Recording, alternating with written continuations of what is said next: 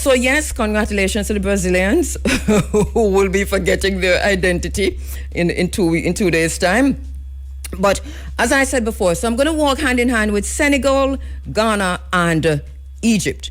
Now, leave me alone while I put Egypt in there, okay? I've watched those men train over time. I've been to Egypt many times, also to Ghana.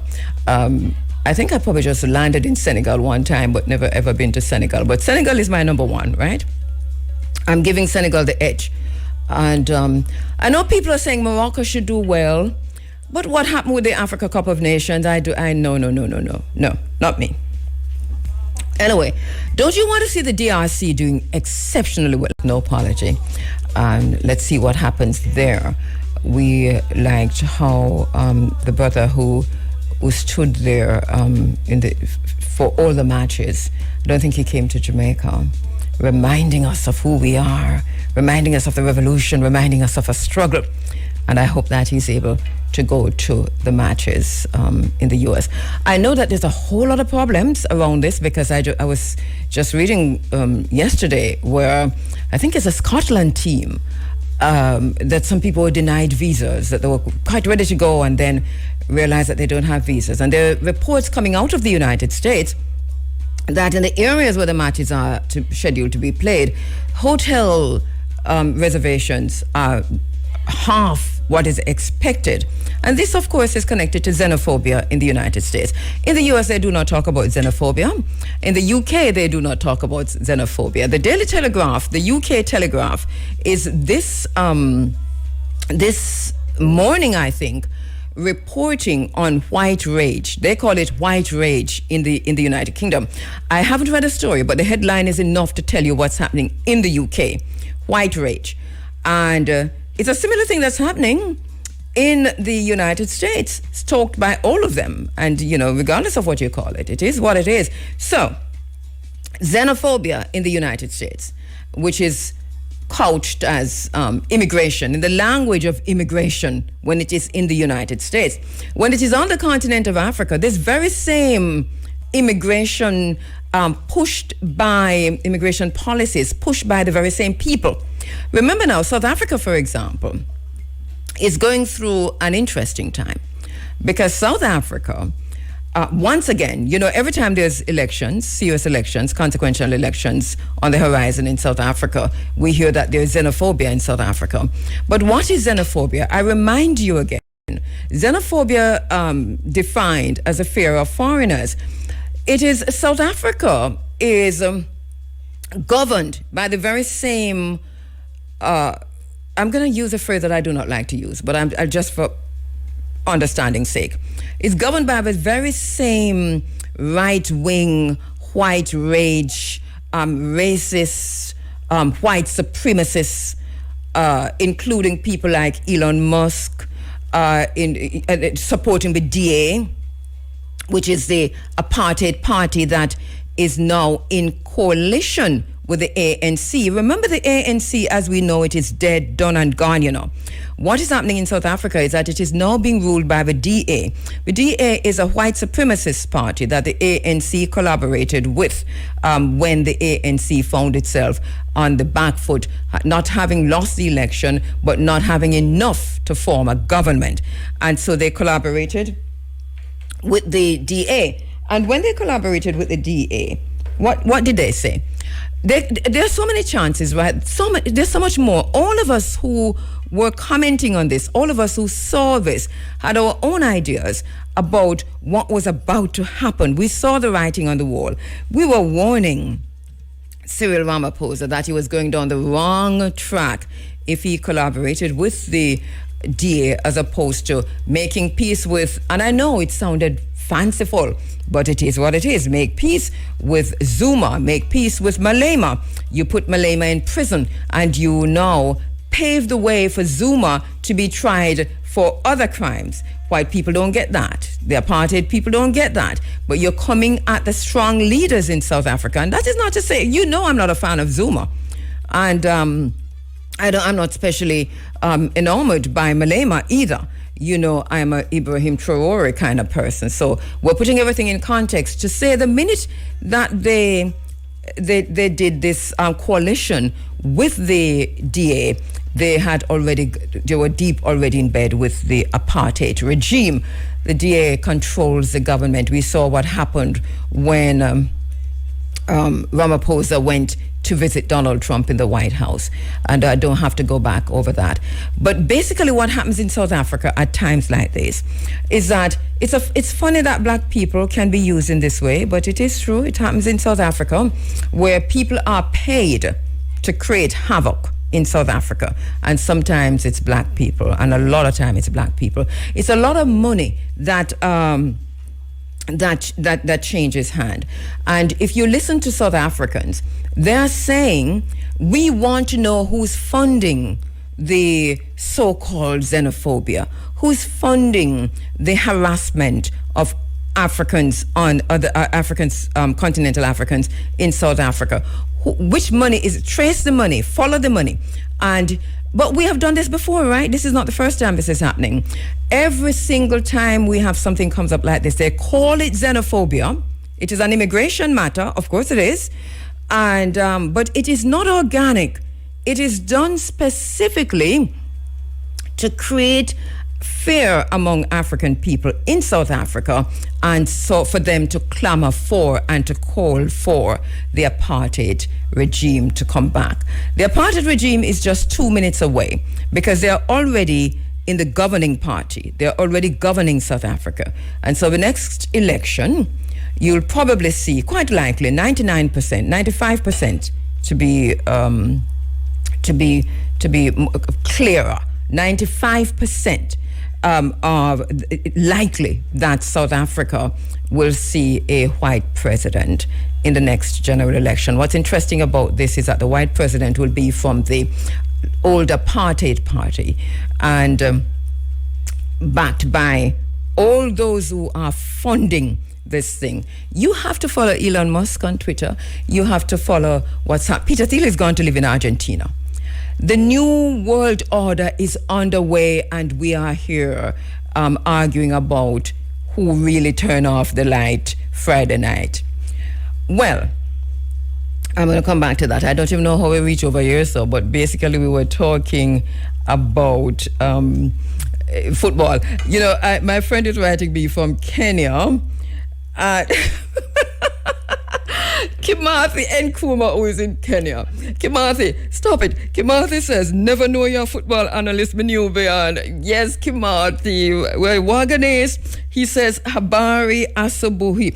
Habari Asabuhi. Yes, my brother, thank you so much. Yeah, man, Waganese time, we do not apologize for being Waganese. We are analyzing football thing right down to the T.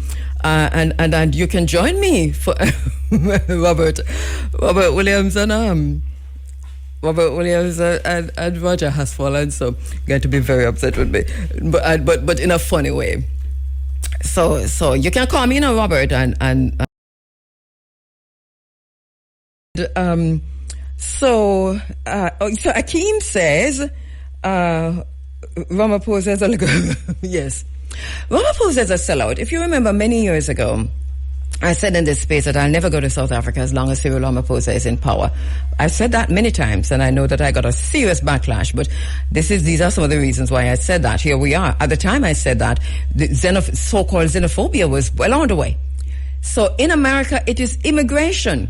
When you send Americans to El Salvador, it's immigration. When you have Tommy Robinson marching with millions on the streets, hundreds of thousands on the streets of the UK against foreigners, it's immigration.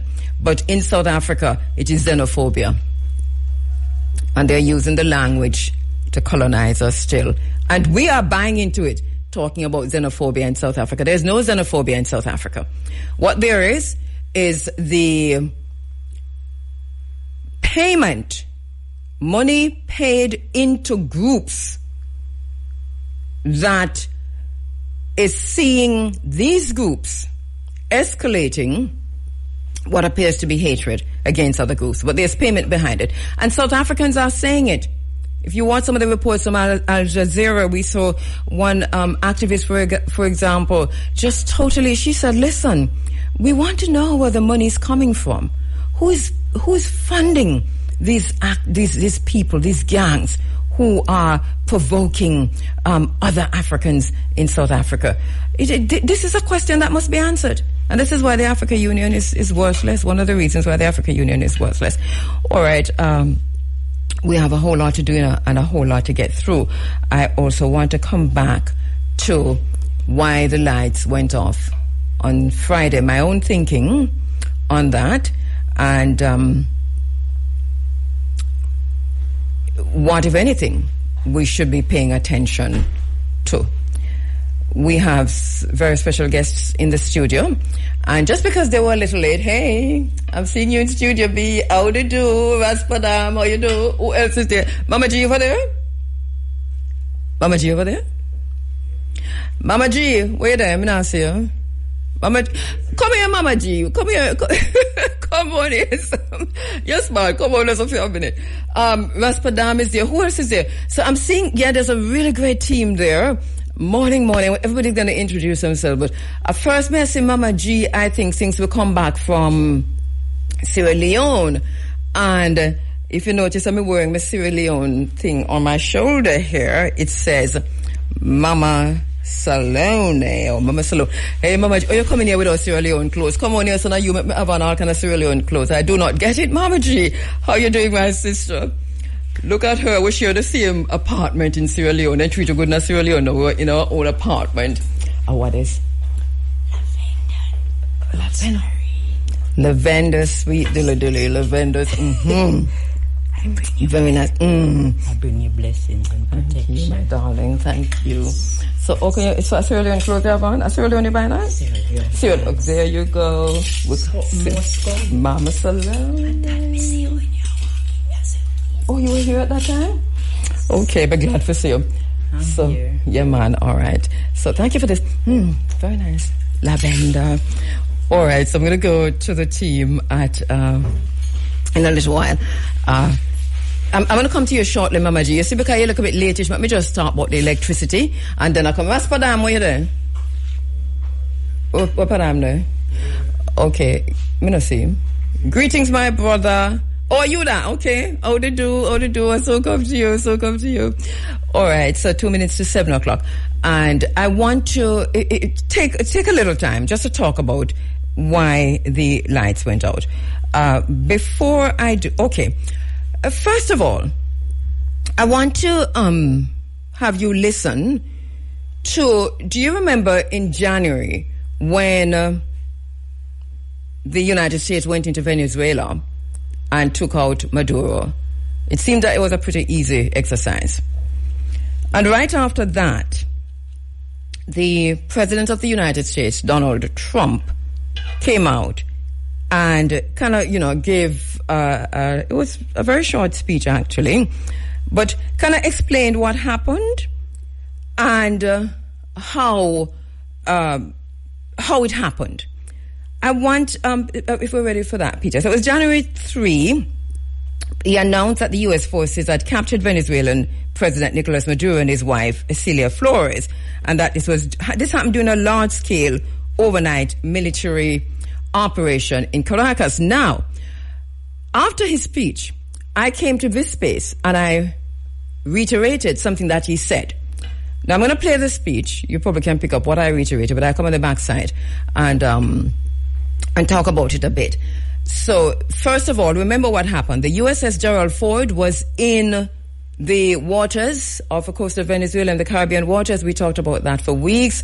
The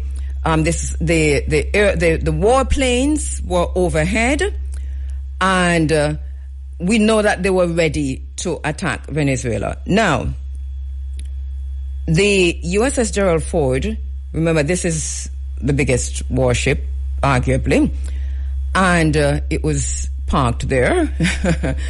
Donald Trump talked about that. He talked about also the airplanes that were overhead, the warplanes that were overhead. Now, what's interesting is that there wasn't a lot of reporting here, Peter, on the ground about that, about the overhead warplanes, but CBS and NBC and some of those other stations were reporting that over the Caribbean waters, not just in the waters, but overhead, we had these planes. Now, we know we have them because the strikes on the boats so-called drug trafficking were happening from planes, from overhead.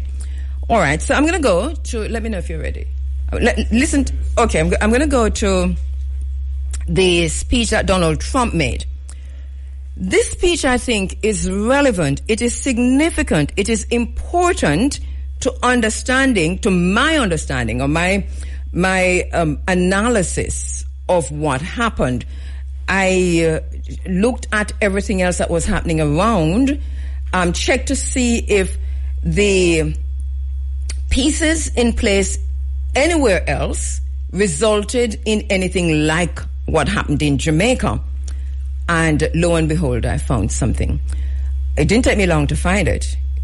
So I just want to go back to that speech from Donald Trump. So that's one thing. All right, so go ahead, Peter. Let's hear Trump, President Trump. 2 minutes after 7 o'clock. No, I'm not hearing. I'm not seeing or hearing. Okay, I think that... Should I do Buzz? Okay. The United States... You want to take it from the top again? All right, go ahead. Late last night and early today, at my direction, the United States Armed Forces conducted an extraordinary military operation in the capital of Venezuela. Overwhelming American military power, air, land, and sea, was used to launch a spectacular assault. And it was an assault like people have not seen since World War II. It was a force against a heavily fortified military fortress in the heart of Caracas to bring outlaw dictator Nicolas Maduro to justice. This was one of the most stunning, effective, and powerful displays of American military might and competence in American history. And if you think about it, we've done some other good ones, like the attack on Soleimani, the attack on al-Baghdadi, and the obliteration and decimation of the Iran nuclear sites just recently in an operation known as Midnight Hammer. All perfectly executed and done. No nation in the world could achieve what America achieved yesterday, or frankly, in just a short period of time. All Venezuelan military capacities were rendered powerless as the men and women of our military, working with U.S. law enforcement, successfully captured Maduro in the dead of night. It was dark. The lights of Caracas were largely turned off due to a certain expertise that we have. It was dark. And it was. I don't know if you're able to take back that little part. The lights of... It was dark. All right, let's see. Both of them now face American justice. Expertise that we have. Right. Dark. The lights of Caracas were largely turned off due to a certain expertise that we have. You want to take it back again? I'm going to play it. This is the last one. Caracas were largely turned off due to a certain expertise that we have. It was dark. There was darkness over much of Caracas. The lights were largely turned off due to a certain expertise that we have. The president describing the disruption of Venezuela's infrastructure during the operation. He states that large parts of Caracas were in darkness, referring then to a widespread power outage, because this is what the people of Caracas, this is what the people of the world were talking about, that there was, the entire country went dark. Electricity went off. The USS Gerald Ford was in the waters of Caracas, Venezuela. The airplanes and all of that were overhead. There was darkness over much of Caracas. The lights were largely turned off due to a certain expertise that we have. President Trump attributes this to U.S. capability. It was a result of a certain expertise that we have. He did not give any technical details, but he used that moment to emphasize dominance over Venezuelan systems, the military systems, the communication systems, and the power systems. And he framed it as part of how the operation succeeded. It was dark due to a certain expertise that we have. We carried out an operation, he says, that moved very quickly and very effectively. Our forces went in with precision, and the result was total disruption of their command structure. Now, there are many ways to look at this. The government of Jamaica hasn't given us an answer. The JPS hasn't given us an answer. No agency on the island has given us an answer. But what we do know is that Jamaica's entire communication system, because Digicel was off, Flow was off, not to mention water. No water not come back in some places yet. And of course, electricity down for hours. Went away at 9 o'clock, came back at 6 o'clock in most of Jamaica, 5 o'clock in some parts. That's a lot of hours. Now, that's one thing. Due to a certain expertise that we have, especially when, whether it's a Gerald Ford or the Nimitz, I think we have the Nimitz leaving, Peter. I know you're busy doing a whole lot of stuff. It gone a couple of days ago. I think you have the image of it leaving, tweeted by the U.S. Embassy. Because this I got from the U.S. Embassy website of the Nimitz leaving, and the U.S. Embassy. So when you try to find out when did the Nimitz leave, you don't get. When they're tracking these warships, you don't get specific information. But the U.S. Embassy, on its social media pages, showed us the Nimitz leaving, but also said that it left at midnight. The lights went out at 9 o'clock, 2 minutes after 9 o'clock. The U.S. Embassy says it left at midnight. Now, these are the conclusions I am drawing from my own research, right? Because the JPS hasn't told us anything, and the government of Jamaica hasn't told us anything, and the minister with responsibility has given the JPS 30 days. 30 days in politics is like 100 years. This is smoke and mirrors. This is them take with the idiot or itty beer head. This is that they're playing with us. This is that they do not understand the extent to which Jamaican people are critical and deep thinkers and have a much better idea of what's happening. I want you to find, I know Peter is very busy. I probably have to send this to you, Peter, because you don't have it. Peter, what are you doing? Are you so busy? No, but I want you to find Navassa Island. Now, I'm throwing Navassa Island into this, just because I have been talking about Navassa Island. You don't have it, Peter, so I'm just sending it to you now, and I don't know if it's in time for you to get it up on the screen. But Navassa Island, in relation to the United States of America, Cuba, and Haiti. Cuba, Haiti, the United States of America, and Navassa Island, and the maritime routes. So I want you to spend some time looking at that, right? See where Navassa Island is? Are you able to get it up yet? All right, so see, Navassa Island... Navassa Island is closer to us than Cuba, right? But it is right between Jamaica and Cuba. It should be our island, but it's not our island. It's owned by the United States, and none of you can go there. None of us can go there. Do you know Navassa Island? Have you ever heard about Navassa Island, Peter? Right. So we've been talking about it before you came on board with us over time. We think it's significant. I think Navassa Island is very significant. And it is an island that you see where it is. If you're watching on YouTube or Facebook, you're seeing where Navassa Island is.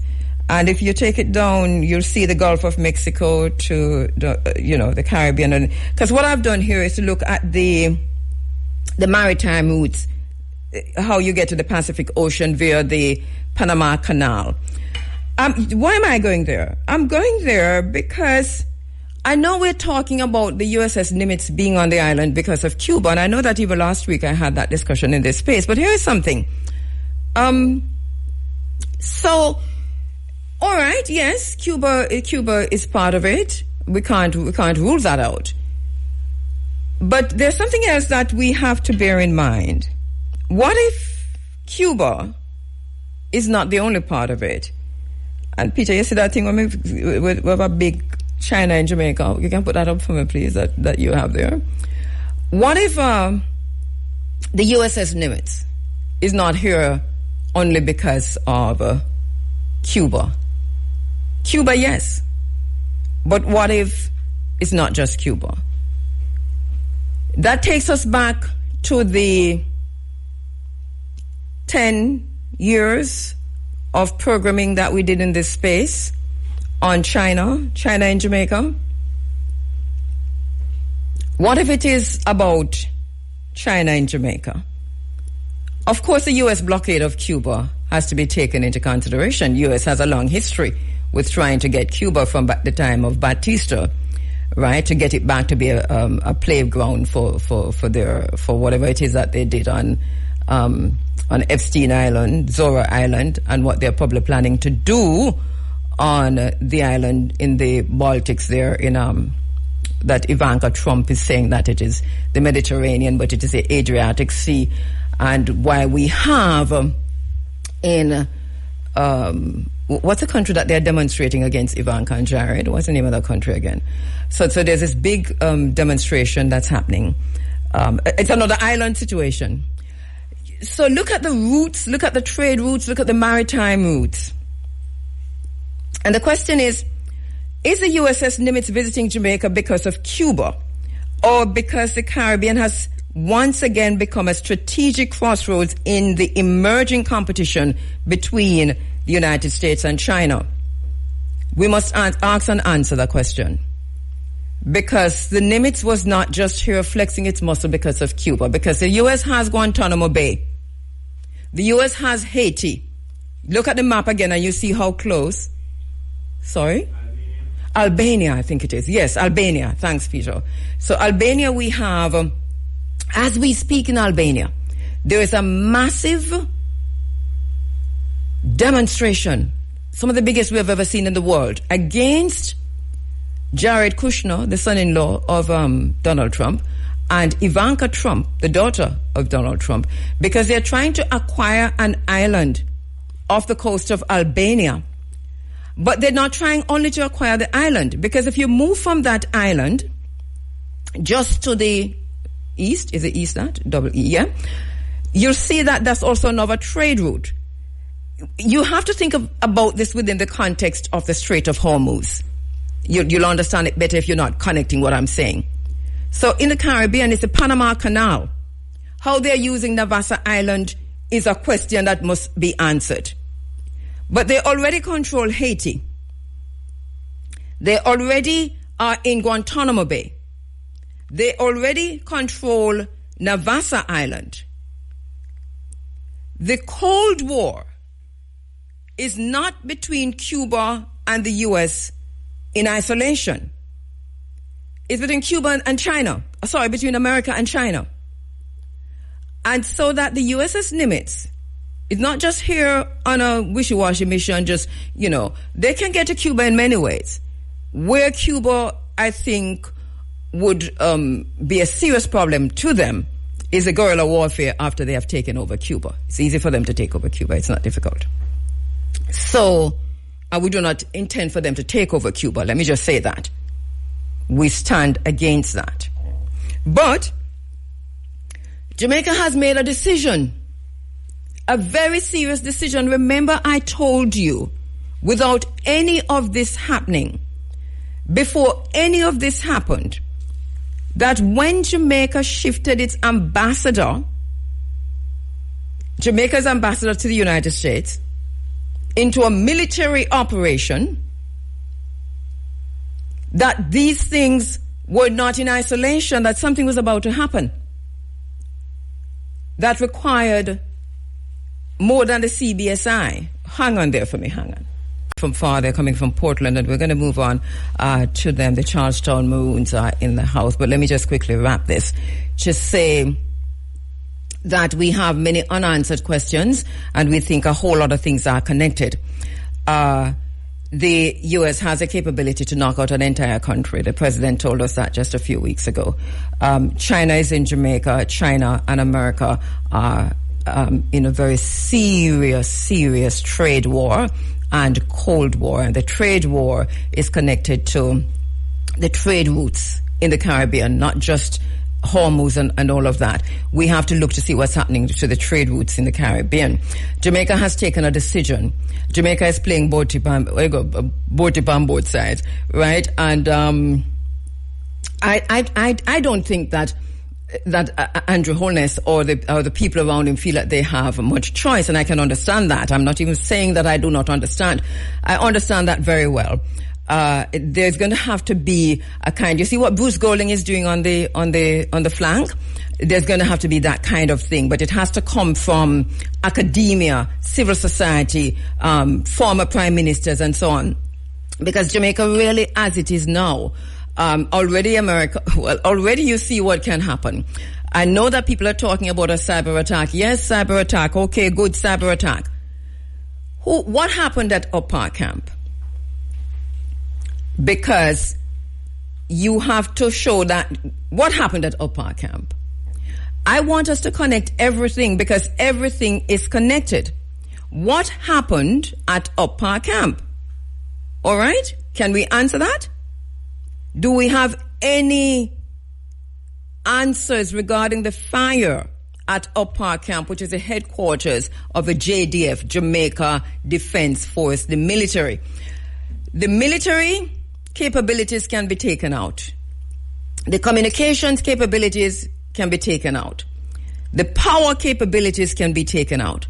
And we were at our most vulnerable on Friday night here in Jamaica. I know people have a whole lot of discussions about what might have happened, but we need to take to the streets like how them take to the streets in Albania. What is about to happen is already happened, and we're sitting down waiting for them to implement it. So we have to begin to ask ourselves some questions. There are too many coincidences, and there's no such thing as coincidence. Did something happen on Navassa Island when the lights went out?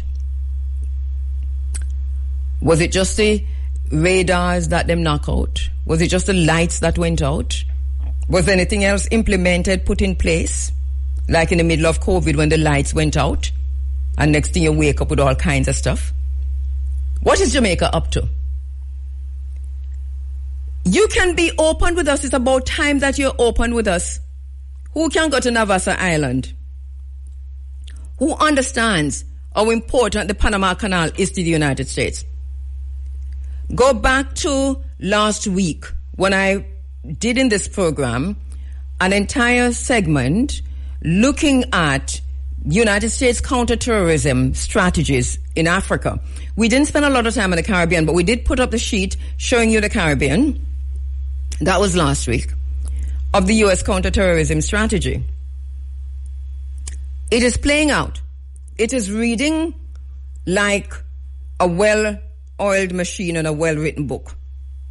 I am not saying that the United States knocked out the light, but President Trump told us that they have the capability to do that, especially when you have one of the biggest warships, aircraft carrier, docked, and it's happening on the ground and it's happening overhead. That is possible.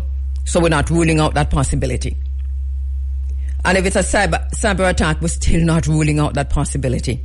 What we know is that Jamaica is vulnerable. Jamaica is extremely vulnerable. We are dependent on one single power company, the JPS. And the JPS has taken so much already. This JPS has received so much from Jamaica that we have to go into that another time. They promised that they were going to go clean energy because it was important and the bills would go down. During the hurricane, all kinds of promises, and then we end up finding the JPS got so much money. The JPS already is a monopoly on the island. And whether you want to keep the JPS or let the JPS go, it's up to you. But something has to change. You cannot have this kind of monopoly on the island. Jamaica is too vulnerable. I nearly fling down my phone. Jamaica is too vulnerable.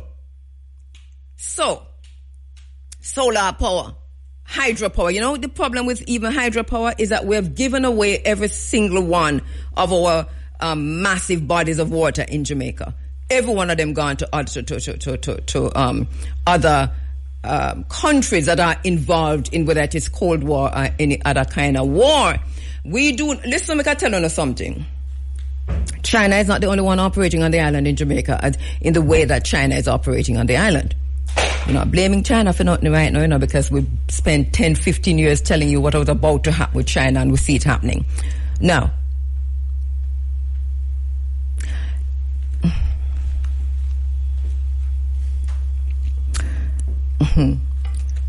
24 minutes after 7 o'clock, I have to go, But look here, there's another country here that is big in this island. Big, massive, big. Israel is here.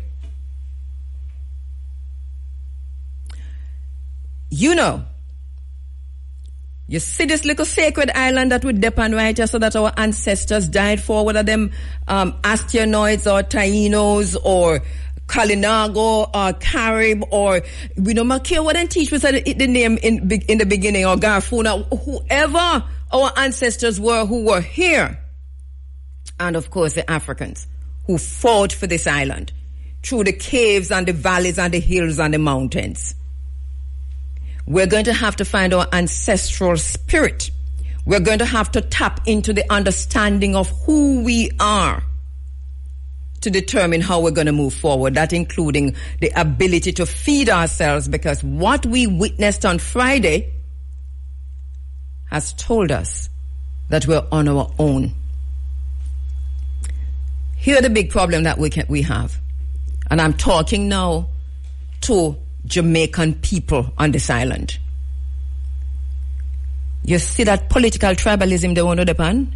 If the Prime Minister say one thing, the whole want to go with it. If the opposition leader, the other one go with it, we're going to stop it. Because this is one of the biggest problems Jamaica has. Where we can't move left, we can't move right, and we can't move forward. They will take every single penny out of the NHT that's coming out of your pocket, and you live on the roadside and you still are telling them to them to take it, and it is okay for them to take it. We have to get rid of the tribalism, the political tribalism. This is not a JLP or PNP time. This is survival time. And we have to determine how we're going to survive, if we're going to thrive, and how we come out into the new world order, because we have to create our own world order, or we are going to be the very same ones who will be enslaved. Transhumanism and technocracy. Technocolonialism is what the next world order is. It means another form of slavery, and we're not prepared for it. So whoever turned off the light did that for a reason. Remember that. What caused the fire at Upper Camp, we still don't know why, but we can put two and two together. Our people were the women of the Lebombo Mountains. First of all, them turned the Lebombo Mountains into a bad word so that we will not know that the Lebombo women were the very first women of mathematics. that mathematics developed in Africa among the women of Africa who were calculating their menstrual cycle, connecting it back to the moon cycle. They lived in the Lebombo Plains on the Lebombo Mountain. And so the mathematics, the document that they found is called the Lebombo Bone. But we must not know that. We must not know that. Because if we do, we understand ourselves as creators, as innovators, as disruptors. So we have to reclaim not just our identity, but we have to reclaim our tongue, our language, our words, and let them be that which is going to guide us in this new economic world order, this new order of techno-colonialism, this new order of transhumanism, this new order of technocracy, this new order of artificial intelligence, which is really anti-intelligence, anti-intelligence. And here we are. And it all goes back to who turn off the light. It don't matter what them tell us. Tomorrow morning or 30 days from now, we know why the lights were turned off. We know who turned off the light. We know who have the capability to turn off the light because they told us that they can. And don't tell us about no lightning. Our ancestors have been living with lightning for... As a matter of fact, we strike lightning. Lightning and thunder. All right, I'm back with you inside of the Africa Forum. This is Running Africa, and listen, it's raining across Jamaica and more rains in the forecast. This is what we're hearing, right? So, rain in parts of St. Mary, rain in part of Portland. We had a little rain in Ochi, right? And a little rain in St. Mary this morning. And I understand that it's also in the south. We're expecting rain, and this through Tuesday. But my very special guests have come in, and they came through the rain, I bet you, and them get up early. Them just a little bit late, which give me a little time to talk about the electricity, but they've been here for a while, and I'm very happy that they've come in. So we have the Charlestown Maroons in the house. A captain of a Charlestown Maroon community, Delana Douglas, is here. Admin of a Charlestown Maroon community, Lloyd Ten, is here. Glamour Gloria Sims is in the house, and not sure how many in all, but I'm going to invite my brothers and sisters who have come in from the Charlestown Maroon community to introduce themselves. So we just pass the mic along. They're in Studio B, I'm in Studio A, so you get a chance to see them now. I'll start with the Captain Delano Douglas, my brother. Go ahead, and let's just start with you and go through with the introduction of the members of the Charlestown Maroon community who are in the house. Yes, sir. Greetings, Auntie Kabu. Greetings again. I must also say, Yanking Pong, bless our somebody pray. No, sir, you have to say that. Hold on there, no. Say that again and say it a little bit louder. Let me turn this up because we don't get you so good. Go, say it again. So we say, Yanking Pong, bless all somebody pray. Shang Pong nani come seeking bebwa. Meaning, God bless us all, and may the Queen of Heaven pour down the richest blessing on our daily pursuit. Okay, I'm full of ghost pimples, okay. Jeez. Yeah, man. So, just the language. Yes, go on, my brother. Yeah, so here in studio we have the team of the Charlestown Maroon Drummers and Dancers traveling over there from Charlestown. So to my left you have Jamokia Rose.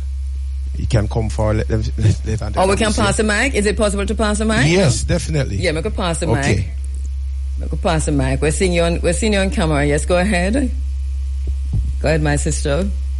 Good morning. My name is Jamokia Rose, a dancer of the Charlestown Maroon Drummers and Dancers. Yes, good to have you. Thank you for coming in. We know I come from far and I get up long times. Thank you so much for coming. Good morning. I'm Bisa. I'm one of the acts and dancers. Okay. Maintenance. Okay, beautiful. Welcome, Akwaba.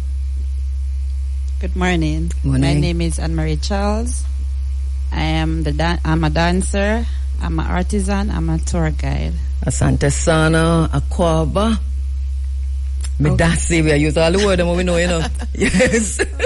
Yes. Akwaba. My name is Lois Ten, the admin, and dancer, cultural practitioner, tour guide, teacher. Yes, man. We know Lois Ten long time. Welcome, my sister. You hear how much language we're talking on here, don't you know? Akwaba, Asante Sana, Medasi. We just throw them out like that. Grand Rising. Grand Rising, Glamour. Gamma Mama G, Gloria Sims, the Charlestown Maroon. Okay. Just coming in from Sierra Leone and probably heading back to Sierra Leone shortly too. Yes, go ahead. I'm Gregory Wright from Charlestown. I beat the court. You? The court. The court. Okay. Welcome. Thank you so much, Akwaba. Mante.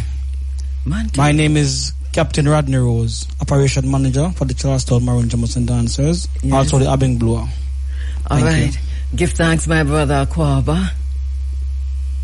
Good morning. Good morning. My name is Randall Giddins, and I am a drummer of the Charlestown Maroon Group. Welcome, Akwaba. I like what I'm seeing. The young people. Good morning. Greetings, how you doing? Terry Bryan, drummer in the Charlestown Maroon Group. Drummer. All right, we're looking forward to that, my sister. Yes.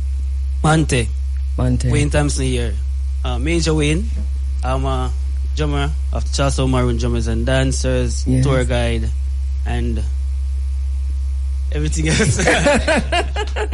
All right, we'll hear some more from you as the time go by. Raspadam. Yes, Auntie. Can we start with the abeng just to kind of set the pace?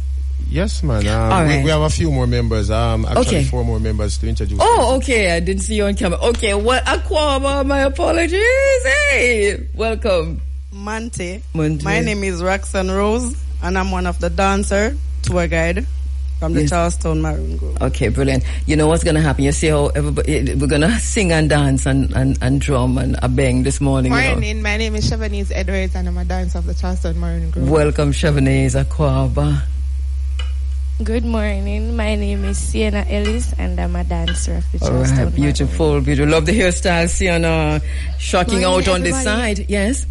My name is Samantha Douglas, and I'm a dancer of the Charlestown Maroon Group. Samantha, we love your hairstyle too. No feel over. We just like the little red. Yes. All right. So is this it now? So do we go now to the abeng? All right. So let's start with the abeng just to kind of set the pace. Get things off before we go, because we're going to have a conversation with the Charlestown Maroon Group, and they're also going to be singing, performing this morning. So what you're seeing now is the wetting of the abeng, the blessing of the abeng with the cane sugar rum.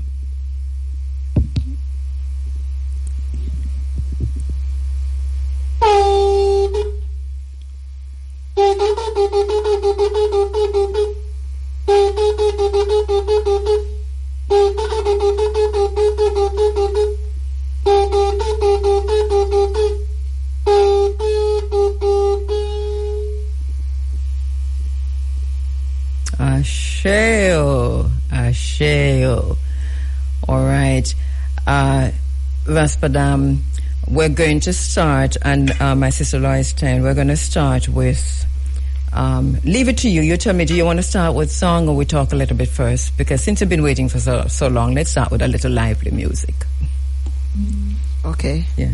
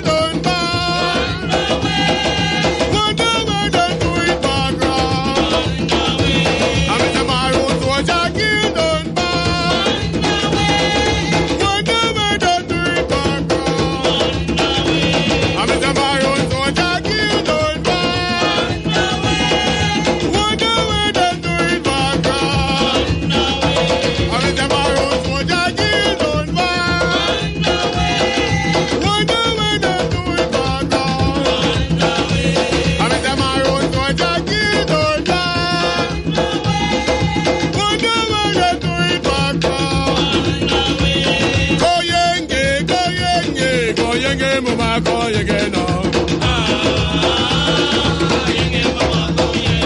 Ami jo shake, kon shake mama kon shake no. Ami the way you do because you don't yourself, but you don't belong to the aya. Ami the yaga de, yaga do, go yaga mama go yaga no. Ami the yenge, go yenge mama go yenge no. Ami the shake, go shake mama go yenge no. Ami the way you do because you don't yourself, but you don't belong to the aya. Ami the yaga de, yaga do, go yaga mama go yaga no. Roma tiny and Roma tiny and Wanda we me do, Wanda we me do. Kali gal maraya, Kali gal maraya. Roma tiny and Roma tiny and Wanda we me do, Wanda we me do. Kali gal maraya, Kali gal maraya. Roma tiny and Roma tiny and Wanda we me do, Wanda we me do. Money water come down, money water come down. I mean the money water come down.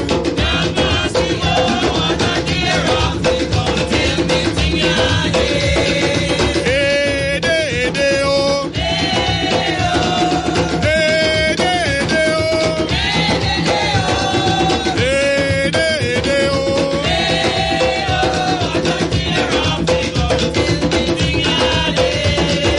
Sidi gala kalange, Sidi boya kalange, Sidi gala kalange.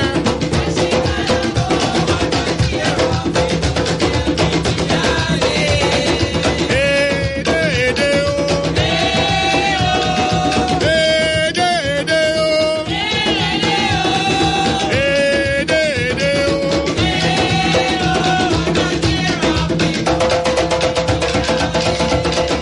Money water come down, money water come down, money water come down. Gala kalange, Sidi boya kalange, Sidi gala kalange.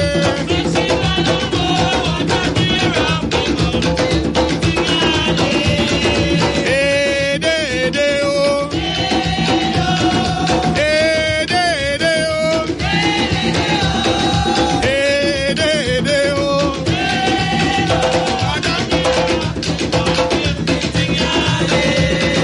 Long water come down, long water come down.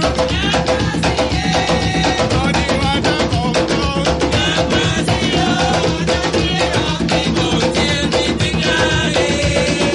Hey, day, day, oh. Hey, day, day, oh. Hey, day, day, oh.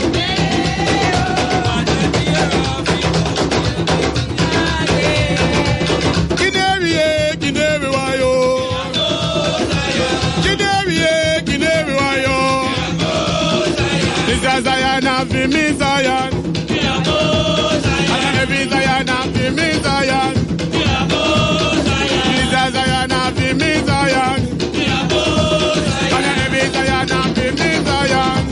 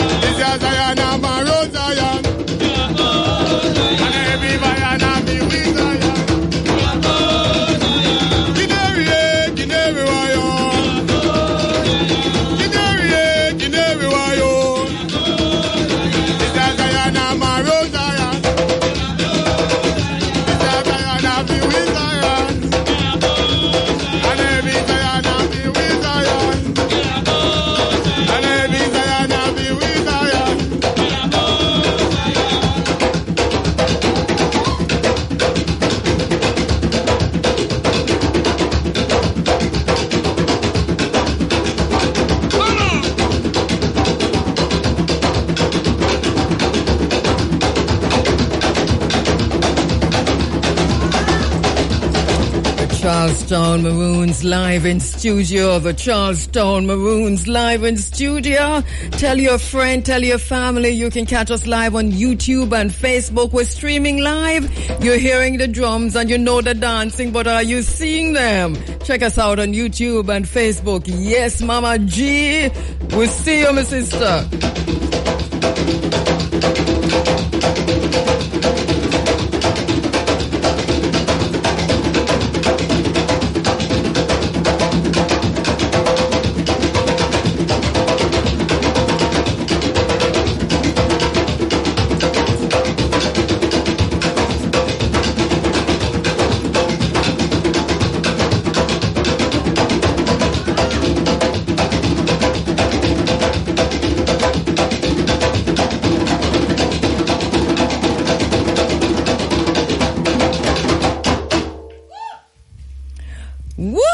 Indeed. Yes. We're loving it. We're loving it. The Charlestown Maroons in the studio. Studio B. Mama G will catch that. Wow. This was beautiful, and we're going to see more and hear more from the Charlestown Maroons. My sister Lois 10, the celebrations are coming up. The Maroon Conference, the annual Maroons Conference, coming up in Portland in just a few days. Tell us a little bit about it. Wonderful. Thank you for having us. It was a pleasure, and it's an honor to be here. So, our 18th Annual International Maroon Conference and Festival will be taking place on June 20th to 23rd. Now, it starts on a Saturday, and we will start with the Taino Festival. That is where we have the sacred fire lit at the riverside, and we honor all our relatives, animals, spiritual, and the elements as well. Mm-hmm. In the Asafi Yard, simultaneously, started at 9:30, we have the Community Day. And community is spelled COMM, capital UNITY. Mm-hmm. And that's where we have our elders. We treat them. We let them know that they are important. They're valued. Mm-hmm. We are the middle, where we are the connectors. So we cater for the children as well. So we connect the elders to us connecting the children. Mm-hmm. And that's what Sankofa stands for. Yes. To return, looking back, to look forward. Go forward. Yes. Exactly. And you cannot have a future if you don't actually honor and respect your past. And that's what we're doing. Elders will be getting treated, health services, games, and many more. All right, so you're just going to have to go on for me because I'm no longer seeing you, but I suppose if I look through here, I can see you. Okay. All right, so okay, great. Go ahead. All right. So that is the Saturday. Mm-hmm. And on the Sunday, we start at the Asafi Yard with Drum Fest, the Charlestown Maroon Drum Fest. We'll be having drumming workshops. This goes from West African drumming, Kumina, and also Nyabingi and many more. Mm-hmm. And then we'll have the drummers and the performers performing as well. Okay. So, Community and Taino Day, that's on Saturday, June 20. Sunday, June 21 is a drum fest and the bonfire night. And the bonfire night. Yeah, I Lucy Amanda last time. I came to the bonfire night, but they don't go back all time, we don't go back with the fire burning. And I didn't spend a lot of time up top because the fire was burning down there. So I intend to come back. So you're going to say for the, for June 21, for the drum fest and the bonfire night, right. It's obviously traditional maroon drumming in the daytime, and then obviously the nighttime now is where the bonfire, yes, the firelight. The fire is lit, and it will be lit by our very own Gaman, Mama G. Mm-hmm. She lights the sacred fire. Yes. We start at 7, and then we'll have the traditional drumming again right on the riverside. We take our feet and hearts and drum beats there. Mm-hmm. Afterwards, we will have that reggae stage show concert. Headliners, Mama G again. Mm-hmm. We have Raspadam. Mm-hmm. We'll also have Sizzler, Turbulence. Sizzler Colonge. Right. Yes. Akinsanya did the Lebombo song as well. He'll be on you performing. You cannot use that word inside here, because when we use a mountain, when we talk about a mountain, it's a mountain, and the mountain is called the Lebombo Mountain, exactly. So we can't use that word. You'll get me in trouble, All right, so Sizzla Kalonji, Turbulence, Raspadam, who are the others? Of course, Mama G will be there. And that is the Sunday. And then on the Monday, which is June 22, what's happening that day? June 22 is the academic day. That is when we have our scholars, the academias, come out and speak up on the theme. Oh, the theme is resilience. Yesterday, today, and tomorrow.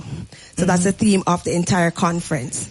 We'll have some games and movies in the night, Monday night, as well as other activities happening afterwards. And then on the Sunday, that is when we climax with the majestic or ancestor quote. The Tuesday, thank you. The Tuesday, the 23rd, is when we climax with the majestic ancestor quo and victory day. And that is going to include the river ceremony. River ceremony at Spanish River. Right. Procession from there to the Asafa Yard. And in that space, that's when we'll have the dignitaries, all our indigenous relatives coming out and celebrating with us. Mama G, in terms of the sacred nature of this, because we know as a grandma that this is, you're really concerned about that. Also, you'll be lighting the fire, and then again later on stage. Talk to us about how sacred this entire process is and why it needs to remain so. Yes, the fire. I'll be having some herbal healing on Saturday community day by the river. River bath, herbal bath. And that is very sacred as well. And then the fire now, we will have the fire lit. But it's not just a fire lighting.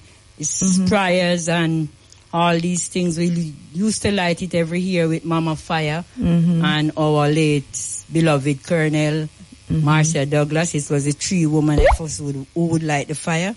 But with their transition, I do it last year by myself and then this year.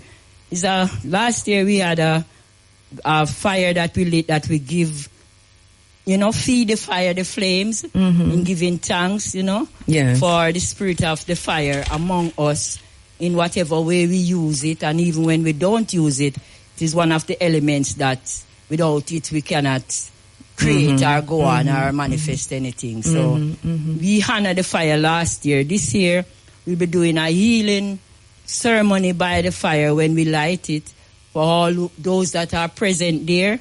Hopefully we would love to give them a sprig of herbs like rosemary to bring home that they can bring back next year for the fire. All right. So brilliant. Something like that, So it's very sacred. We're lighting it with intention and we lighting it for, and the powers of the fire. Purgative, cleansing, purification, and also greatness, because we kind of lapse. And this will go through into the next day. The firelight will remain will until continue. Yes. So give thanks. Yeah, this was my personal experience there the last time. I really want to make it this time in Charlestown. I see Kwame Pianke, who's listening from the United States. My brother Kwame, because he says Charlestown the Charlestown Maroons. Of course, there's also a Charlestown in St. Mary, and he's asking if anyone knows if there's a connection between Charlestown in Portland and Charlestown in St. Mary. Any connection? We're not sure about that. We can find out. But it have to do with slavery. Yes. This is just named after the enslavers. I bet you anything.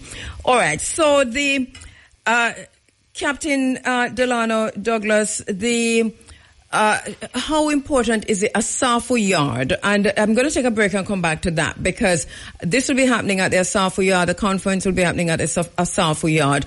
And this is, as I said before, in Charlestown, in St. Mary, in Portland.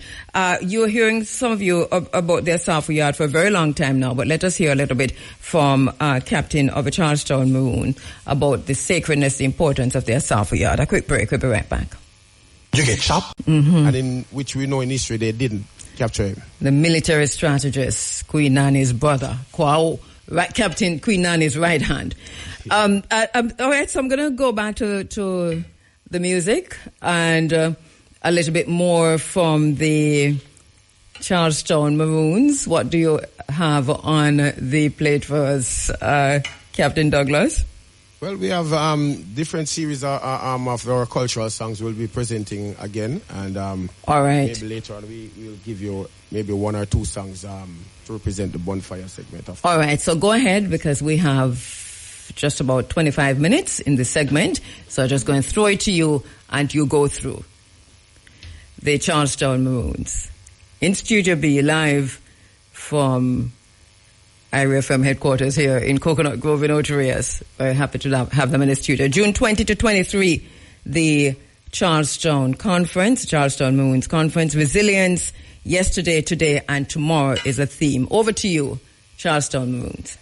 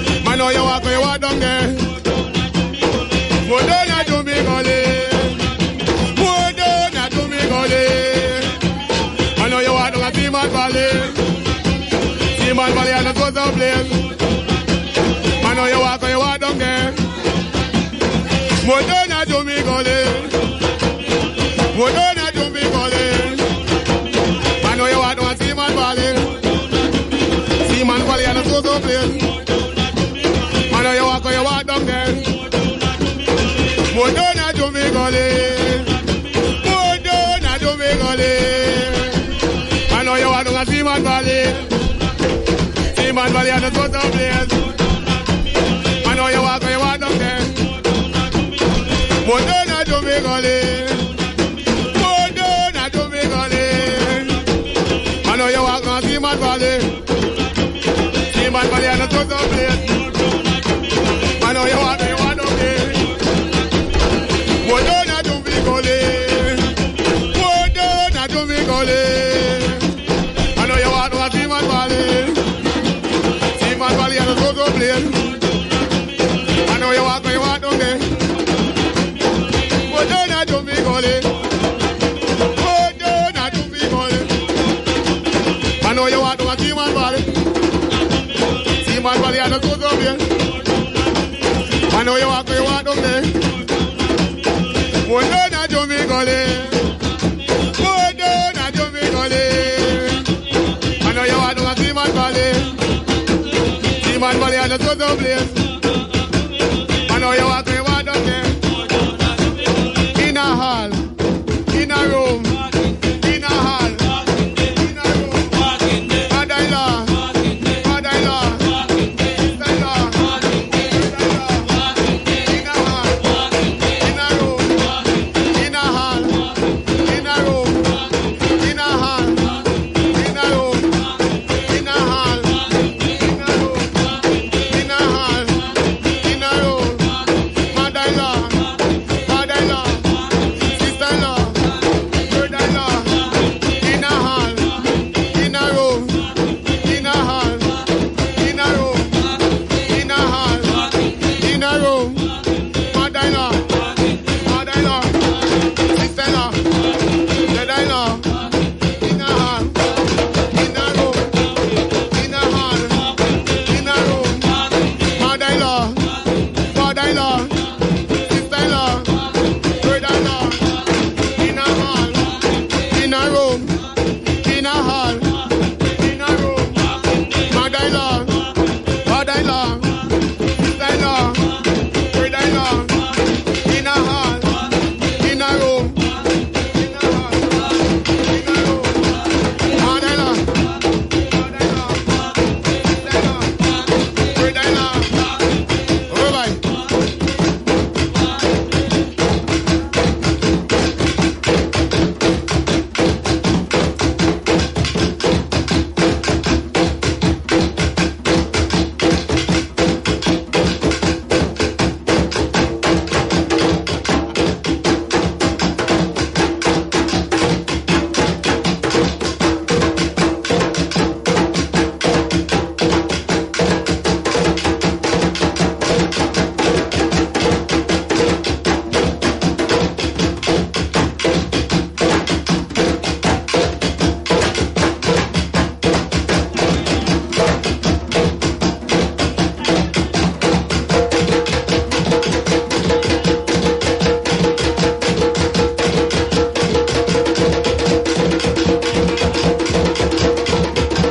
Think I never know.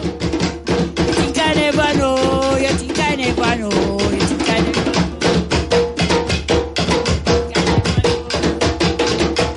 Think I never know. Think I never know. You think I never know.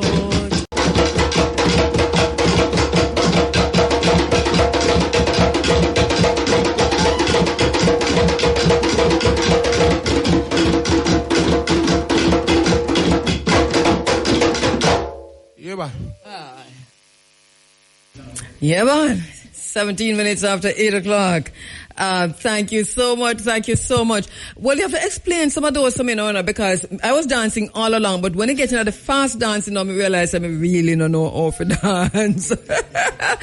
Mama G, look here now. Tell me, what did we go through here? Fast one at the bushing when you take care of yourself. Military dancing that. Military dancing. Yes. We have to learn that. Really rough dancing. That's Yes, African jump, skip, hop, jump over hill, over tree, over mountain.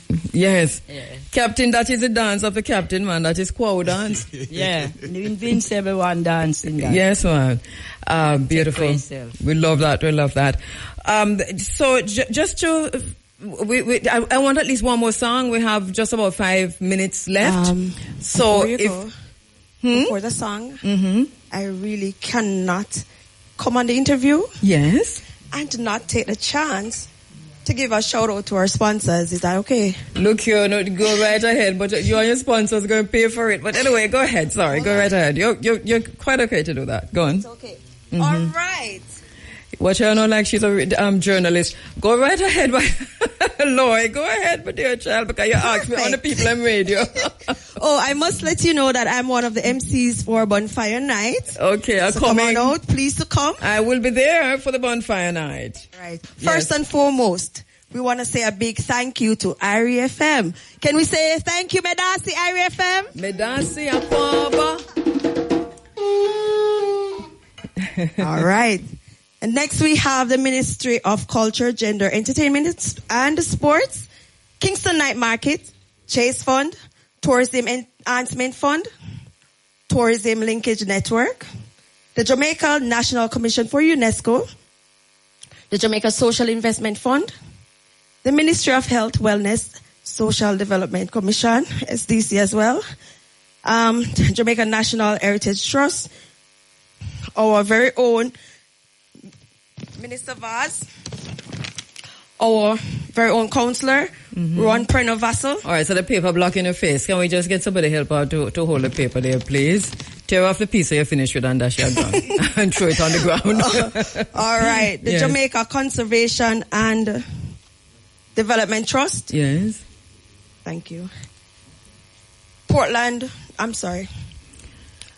So that's a good sponsorship you have there, man. Tourism Product Development Company Limited, the UNESCO, Lifespan, Sun Island, LPSR, Tropical Merchant, Franco Trucking and Hardware Supplies, Pete Supermarket, Texaco Gas Station in Buff Bay. All of these are local as well. The Liquor Boulevard, Golf Law, iYard Radio, Sankofe, Chromantic Experience, Slowly Jamaica, Jamfest, B&A Hardware, Ministry of Labor and Social Security, Lions Club of Jamaica, Maradon Hardware, Kingston Heritage, Lumsden and Partners, and our very own indigenous relatives, your honored visitors, and the entire community of Charlestown, and the drummers and dancers. We want to say Medasi. Right. Morning to Charlestown. How you do, Charlestown? We intend to be there June 20 to 23. Charlestown, Portland, Resilience, yesterday, today, and tomorrow we'll be there celebrating with the Charlestown Maroons in the name of Queen Nanny and Kwao. Ancestor Kwao will be there. All right. So we have one final one. Can go out with? Yes, we do. All right, go right ahead. Thank you so much, Charlestown Maroons, live in studio. You're talking about history. You're talking about relevance. You're talking about who we were, who we are, who we are becoming.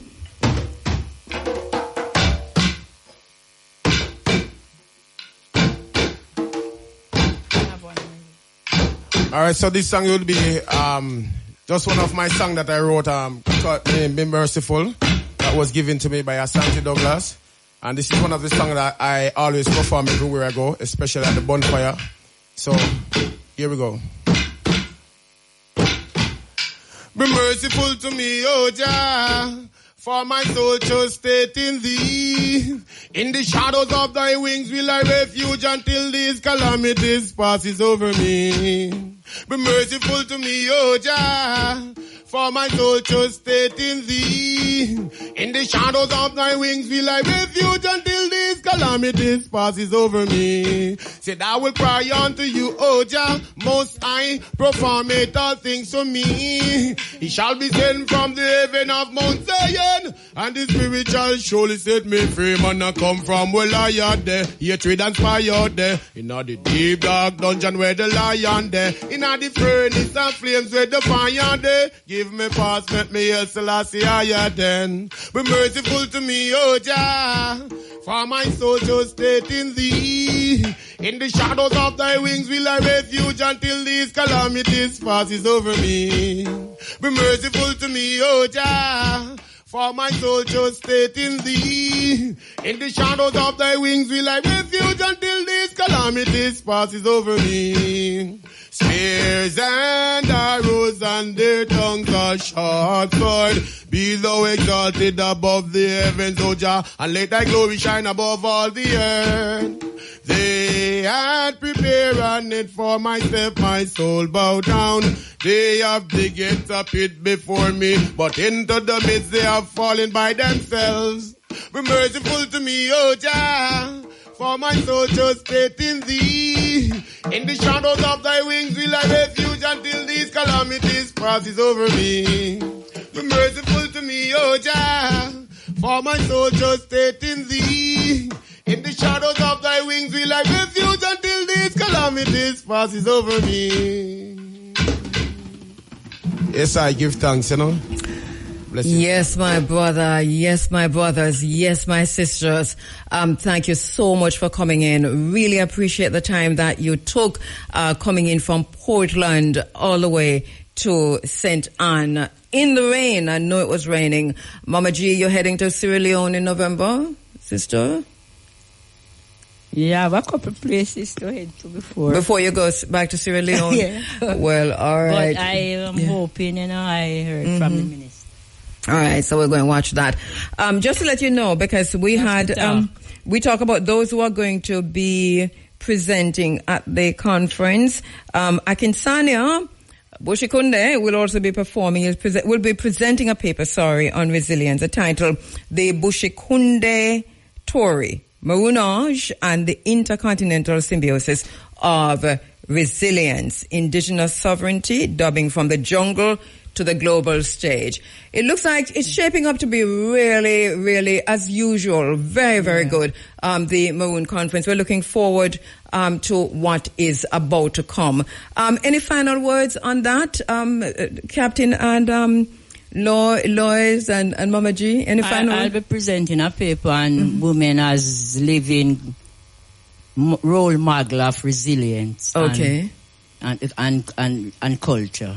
Okay. Are you doing the Women's Circle this year? Because I know you did it a few years back. Not this year. I'll be more presenting. Some healing, by the river and healing by the river and by the fire. Okay. Yeah. All right. Any final words on the conference and the week, Lloyd? Yes. We'll be having a wellness village where we have massages and our masseuses in the house dancing with us as well. Oh, that was your masseuse? Jamokia Rose. Yes. She is also the late colonel's daughter. Yes. So she is doing the massages. Right. We will also be having food right through 24 hours. Our magical chef, Asafu Yard kitchen chefs will be open 24 hours. Sound Bomb Yard will be there as well. Then we have the jerk hut where you get the experience of the jerk wild hog that we used to hunt, our ancestors used to hunt to survive in the wild as well. Busso soup, crayfish soup, roast fish. And you'll have soups and all other things there. At the Riverside, in charge of the Ital Sacred Kitchen, yes, Raspadam will be overseeing that. And also our same Akinsanya is also one of the chefs there. Yes. So you can come and get your wraps and everything. We will be having a host of other activities. I think Major Wayne is in charge of the football competition this year on the field. We have the field. Major Wayne, tell us about the football competition quickly. Because, it go a World Cup time. Is which team's playing? Major Wayne. Okay, so for the football competition this year, we're going to have 4 teams. We're hardly hearing you. Speak directly in the microphone, yeah. So, for the football competition this year, we'll be having 4 teams. We'll have New Scheme, Intermaroons, that's the team from the Charlestown Maroon community, which I'll be playing for. I'm the captain as well. Then we'll have Hilltop and Spring Hill. So those are the 4 teams who will be in the football competition. Which day is a match? Saturday night. Oh, Saturday nighttime match? Yes, it's on the night. It's on the playfield of the Charlestown. Okay. Yes. All right. And Captain, finally to you, any quick final word with the Ital kitchen down at the Riverside sound good to me.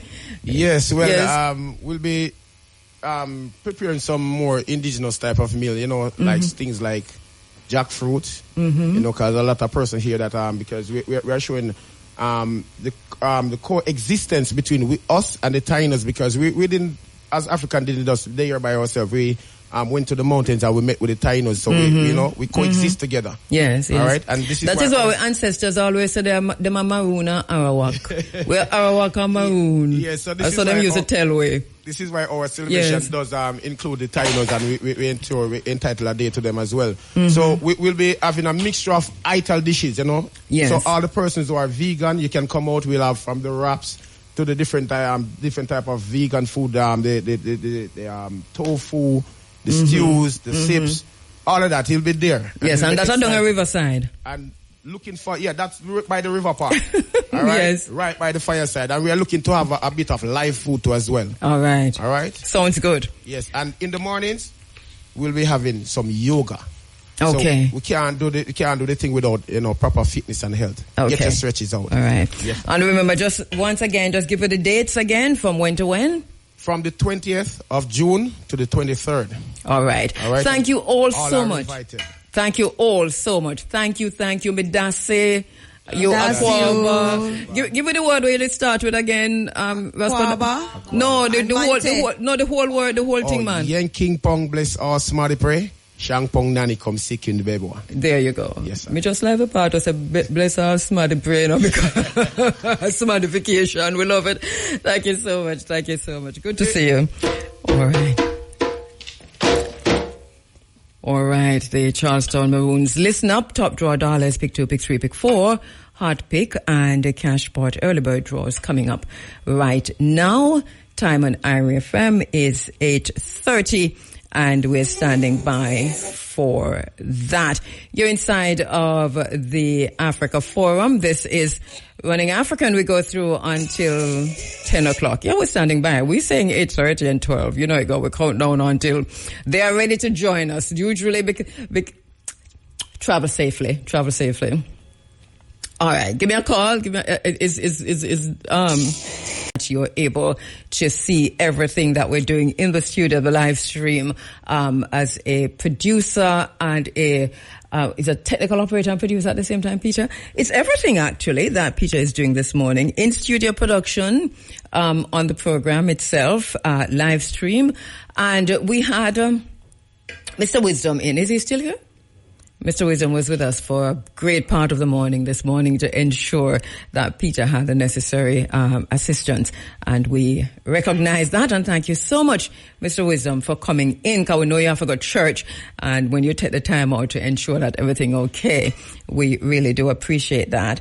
Want to thank everyone who came out last week, Sunday, to 582 Hertz Live. We also streamed on 582 Hertz TV. It is still up for you if you want to see that. Our conversation with Muta Baruka, performances and presentations was really a beautiful afternoon.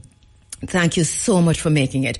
Thank you so much for coming out, for being part of the event. It was the inaugural staging, and this happened at the Renewal Village in St. Mary. What a beautiful, beautiful space. I hope you still go by. Check out the Renewal Village. It is really beautiful. So, we had obviously that conversation with Muta, the discussion, the reasoning with Muta, and one of the things that Muta underscored in the reasoning from the outset was thinking again about thinking, critical thinking about our thinking, where he talked about just listening to conversations now from different persons who were talking about just life and death and what that all means. And then to say, who are you before you were born? That was a question that Muta threw out. And who are you after you die? And I still think all of us left trying to ponder, reflecting on that question. And we've had many persons calling in to say, well, I understand it from this perspective. I understand it from a philosophical perspective. I understand it from a Christian perspective. I understand it from a spiritual perspective. So many perspectives in which we understand that concept of who are you before you were born and who are you after you died. It was really something else. So we had a really good conversation with Muta. And Professor Vereen Shepherd was the person who actually opened the event. We're going to probably get a little chance to let you hear bits and pieces from them. Thank you so much, Prof. Shepherd, for coming in and for declaring it open, the series. Our facilitator, the entrepreneur and businessman and Garveyite and the owner of the space, Renewable Village, David Wilson, such a beautiful soul, actually gave the welcome, told us about this spot and this place where all of us were, you know, from the Osteonoids all the way to us as Africans, and talked about how we are here in this space now, which ultimately became a place where our ancestors were enslaved, and the place where the last war was fought for the battle for Jamaica between the Spaniards and the English, and how the English won. And we can really extrapolate on that, talk about that at other times in this program. I think we need to have some of those conversations again, remind ourselves. I see Muta on screen. Do we have anything from Muta, or just a pic? Or let us get a little bit from Muta at the event.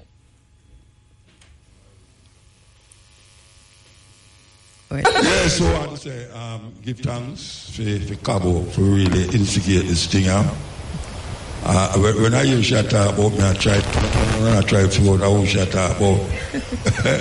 You know, as she said, we have been doing so much things in so many places that if I start to tell you the places, as a matter of fact, I see one of my long-time musician I play. Where them gone? Aslam, man, may I tell you, that man they toured the world with me, you know. Bass player. I've recently stopped tour with that band. No, it's a strange thing. We just get up one day and say, me feel like I'm out there now without the music. Because I feel like I'm doing enough music to really sustain that part of it. Because really interesting is the poetry and what we have to say. So we have some ones who have come up now who do it like how we used to do it. So I really feel I want to just go out there by myself and tell you the truth. We have been getting so many calls because people never ever know Muda do that. And furthermore cheaper for them. They don't have to pay for a whole band. So we have some things lined up. And festivals too, where it's not musical festival. Yet it is musical festival because I never use no music. We just go out there and say what we are saying. So, without further ado, they came. On wooden ships they came. Across the Atlantic Ocean they came.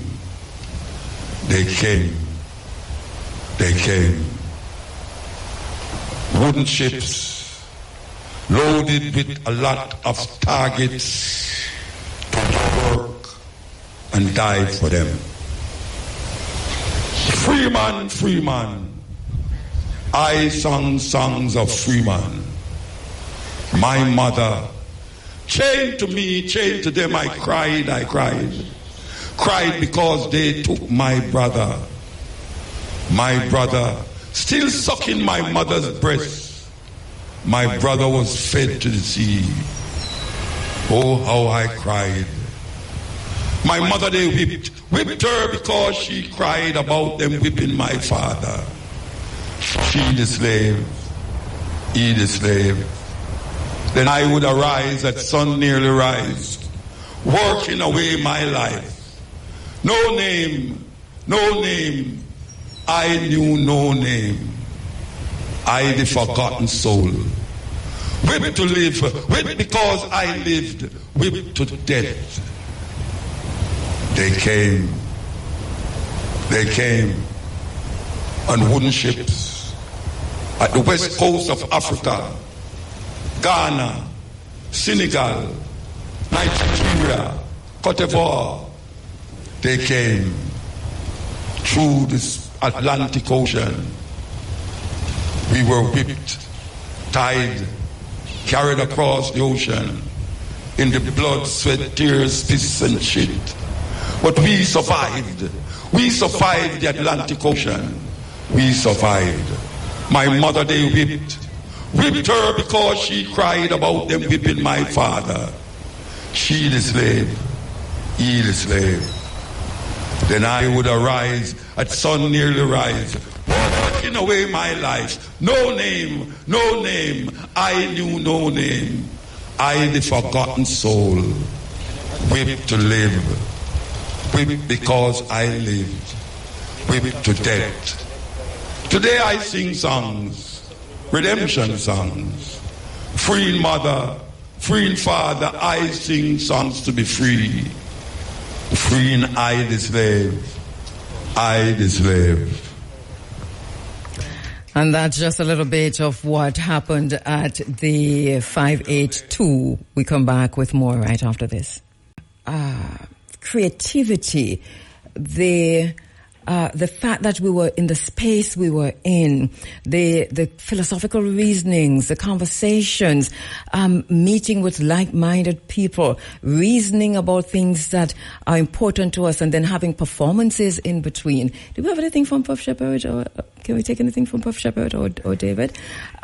So we had Professor Shepherd also opening the event, as I said before, and you heard her last week because she was here in studio. She stopped here on her way to the venue, but also quite a really upstanding. And for us, I found that just the fact that professors, and I told her, I said, Vereen, thank you for coming. Thank you for lending your presence to the space. And then when she came, her speech, as usual, was brilliant, couched in the calmness of the space we were in and the activities that were unfolding. And then she opened it like only Vereen could, declaring the activities, and the series opened.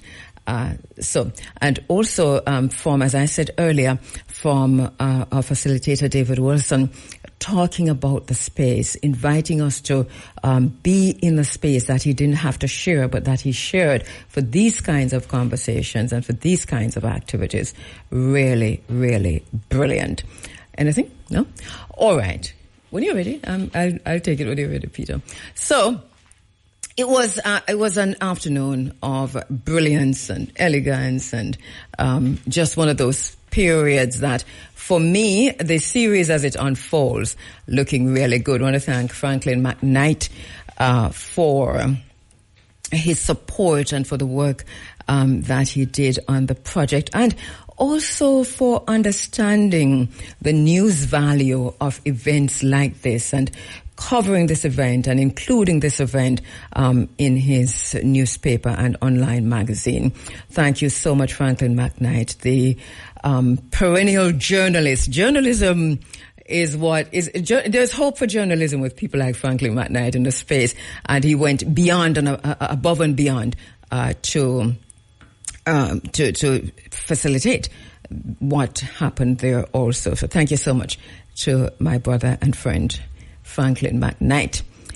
And to you who came out, thank you, Peter, for the live stream. Thank you to Peter and the family who did a brilliant job on the live stream. Thank you to DJ Kamar, who did an excellent job with the sound, Kamar and Kay and the team. Thank you so much for being there on the ground. Thank you, Roger Hasfall. Roger didn't come to perform. He was live streaming on Memories Hometown Media. And when it was finished, people didn't want to go. So I said, well, those who don't, was it applause if you didn't want to go, and everybody clap. So Roger had to perform. Also performing, who never come to perform, was Rasta Kuro and House of Seba and others. And I also want to give a really special shout out to For the Hard Way. Dale Haslam, you heard Muta calling for him just now. Mandela, Shanice, is it Shanice or Shense? Yeah, Shanice. And who am I? Yes, Jigsy. Thank you so much. You know what I especially like was their performance. They did a really great acoustic performance. But I really liked when they did. I was holding the microphone because it wasn't something that they had planned to do, but they did Hallelujah. Can we find it? It's too hard to find now? Oh, you have Vereen? We have. All right, okay, let's go to Vereen. Thanks. All right, let's go to Vereen. Let me do this. Professor Shepherd. We have to use all means that we can to get out of poverty. One way is through education. But once you get what you want to get from education, you know you have to do the next thing, which is give back. And that is where I stand. And I stand on the shoulders of my ancestors. And I want to big up David Wilson, also Kabu, Muta, and all the Pan-Africanists who are gathered on the grounds today. I want to pay respect to those who are ensuring that books are there for us to buy, that African clothes I see, yes, I can see African clothes on display, because we have to support the people who are trying to keep us connected. And I also want to big you up for your patience and your respect that you have shown to everyone who was taking the mic, and I hope you'll extend that to me as well. So, as I stand here among all you beautiful people gathered here beneath the blue skies, in the cool breeze of my own parish, I feel, Kabu, an unusual calm in my spirit. Because in the spaces I occupy, there's a lot of provocation.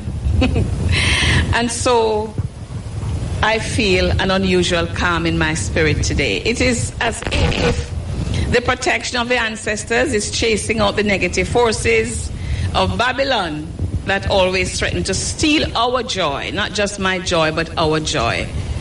So I say, oh ancestors, let this feeling linger far beyond today and bring us back here in this space more often. Especially now that we know what calm and spirit work feel like. So because of you, we are. And that's really important. And speaking of ancestors, I speak today as a descendant of the Tikar people from what is now Cameroon, who were taken against their will to Jamaica. And I also pay respects to my great-great-grandfather, Alexander Mighty, who was born into chattel enslavement in 1829 in St. Catherine, Jamaica. I honor the enslaved men, women, and children who worked on Hopewell Plantation in St. Mary, Jamaica, long before it became a land settlement, was renamed Africa, and where I later grew up.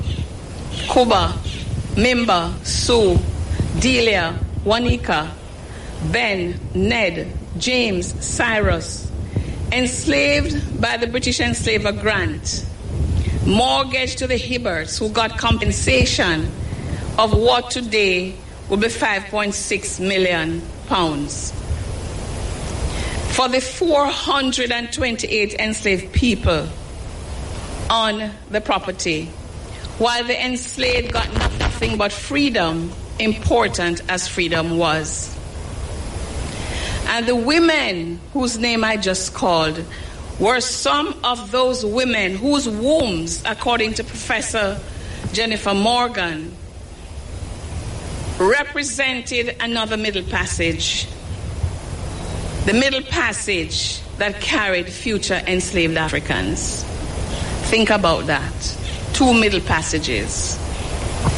In this same vein, how lovely it is that my St. Mary High School sister from the other side of Hopewell has brought me here to remind me that there's another world outside of the UWI, outside of Kingston, outside of academia and the United Nations.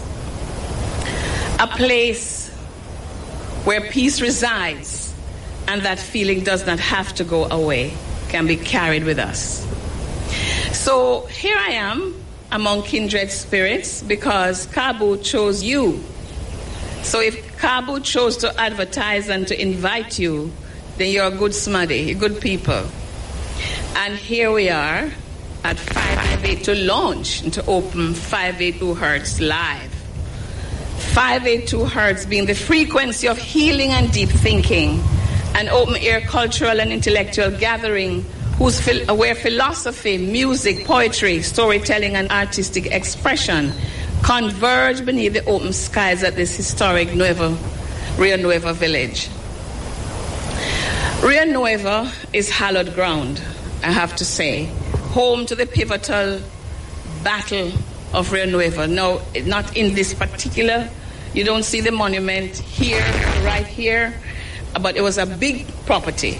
And so on another part of it, you see the evidence of the monument and the storyboards to the Rio Nuevo battle, because it was a pivotal battle, a conflict between Spanish and English forces on Jamaican soil.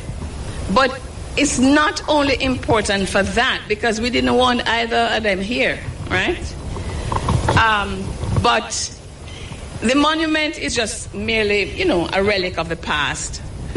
But it's also, this spot is a beacon that draws history enthusiasts from around the world, eager to walk in the footsteps of warriors and to imagine the fierce fight for freedom and sovereignty, because our ancestors also fought. The air here is thick with the echoes of a time when the fate of an island was decided, making it a pilgrimage site for those who cherish history and freedom. The story of Rio Nuevo, from its pre-Columbian roots to its current status, is a microcosm of Caribbean history marked by indigenous peoples' cultures. It's marked by European colonization, African enslavement, and the long, complex journey towards sovereignty and self-definition. Each phase of its history has left indelible marks on the landscape and the people. So I want to say congratulations to all the initiators of this project in this space, a space for reflective dialogue, deep thinking, improvisation, and an exploration of indigenous knowledge systems through shared human exchanges beyond the boundaries of formal institutions and digital noise. Where reasonings with philosophers, cultural artists, critics, musicians, scholars, storytellers, and independent thinkers whose works challenge conventional narratives and expand public imagination can take place. Formal institutions have their place. We all know that. We all went to school. They give us the certificates, degrees, and access to knowledge that we crave. But it is on us, scholars, to decide what happens beyond graduation. And I make no apology for following my poor parents' mantra, their directive that all 10 of you must go to school. Yes, we had to also carry bananas to wherever they were buying banana in St. Mary, and the cocoa to put out. But we did that before we went to school. I look forward to being a part of the reasonings that will take place here, a place described in Kabu's invitation to me as, and I quote, this rustic, natural, and deeply historic atmosphere which holds the memories of the very first peoples of Jamaica, from the Austinites to the Taínos, ground zero of the battle for the island between Britain and Spain, and later one of the sites of Britain's centuries of brutal enslavement of African people. Now reclaimed by Jamaican entrepreneur David Wilson, Rio Nuevo Village is actively engaged in reclamation, restoration, and balance, making it the ideal space for 582 Hertz live. Kabu, you got tired to see my face here in this space. I declare the sacred site of memory and endless possibilities officially launched, a place of energy, vibration, and frequency. Ashe. Asheo. All right. Thank you so much, Professor Vereen Shepherd. So she was at the event. She opened the event. And Muta Baruch, as I said, we had the conversation with Muta, the reasonings with Muta. And what did I know there was a lot that we carried away from Muta. But as I said before, the question that he started with, at the end of the day, I know many were still asking that question. And as I said, I've received all of your emails and all of your texts and all of your messages about that question, which is, who were we before we were born, and who are we after we die? And that's a question Muta is asking. That was what came out of the philosophical reasoning. Peter, did you answer the question, sir? That's a difficult question to answer. A very difficult one. But we have a very special guest in the studio who I know has been answering this question in the spaces that she occupies, and she's joining us live. So let me do this quickly. I'm very happy to have her in the studio, by the way. Oops, quickly. We know it's difficult, but don't lose hope. Kesia is an attorney at law. She's a community advocate. She's a wife. She's a mother of 4, and she is a motivator. What a motivational force. What a power. Goodness, my sister. I saw you before you saw me, and let me just say that. Yeah. So I've been following you, and I'm just listening to you. So when I was asked if I could interview you, it was like, oh, but I'm trying to find her. So here she is. So welcome, Kesia. Thank you so much for coming in, my sister. Your story. I'm going to start with the question, that Muta asking all of us up there, because I know you are operating in this space even before we go into who you are and why you're here. I saw when you responded to the question, your own thinking on that question, because Peter answered it. Okay, let me get your microphone. I think I haven't. Yeah, go on. Yes. So the question that was asked during the interview was. Tell me the question. I'm sorry. Okay, so we were. It wasn't an interview, but it was at an event we had last week, a reasoning with Muta, and he started the reasoning because it was a philosophical reasoning, and he started the reasoning by putting on the table the question of, who were we before we were born? Who are we before we were born? And who are we after we die? You know what? That is certainly a question that requires a deep understanding of who you are. So who are we before we are born? I always say that we are fearfully and wonderfully made. And what does that mean beyond the terms, right? Because we're all created for a purpose. And what good is our creation if we don't understand who we are and then live towards making or manifesting that into a greater purpose why we exist? And who are we after? Where our legacy? What are you leaving behind? But I think everything comes together when you talk about your history, because when you are in this world and you're just going about life without knowing your roots, your culture, where you come from, then you don't leave a legacy, or you don't leave your true identity. And I think that that's where my story comes from, based on my father's legacy here in Jamaica and my mother's legacy in America, and the merging of these cultures, but having a deep understanding. And I think that's what my father prided us in, is knowing who you were. Even though we weren't born in Jamaica, he wanted us to make sure we had the culture, the 360 culture of our roots. And he always instilled in us education was key. I hear you talk about your dad, in one of the videos that's out there with you, where you talk about him. I think you were literally in church preaching, and you said, yes, my father, from Jamaica as a Rasta man, and he was born Babylon, yes. But everything. They didn't allow you to finish that, because you were I really wanted you to develop on that. But I could see when my father used to preach at church, and I used to say, well, I know when the church is holding me, so it means I have to go on. So I think that's what happened to you. Yes. The church held you. Yes, and I had to become dignified again and go back to the program. I saw you. All right, my sister, welcome to the space. Thank you. You are really doing so much. You are now, I'm going to start at what you're doing now to come forward to where you're coming from, because you have announced your candidacy for Florida's 22nd Congressional District. Yes. And I want to talk a bit about that. Here is a Jamaican American. You identify as a Jamaican American. I do. You talk about your dad, who... This is where you are now in your space, in your life, in your journey. What made you... Well, I heard you talk about the White House, but what made you want to go into politics after all, after everything you've been through? Yeah, if not now, when, right? Because I've always been an advocate for my community. When I became a lawyer, I first started off in the public defender's office. And what that is in America is you're basically a legal advocate for those who cannot afford legal counsel. And oftentimes it's the poor, it's those who are the least of society, it's the least representation. But I was a different type of lawyer. I gave them the legal representation as if they were paying me top dollar, because I respected the rule of law and the Constitution. And that was really my community service as a lawyer, but I've always been a community advocate.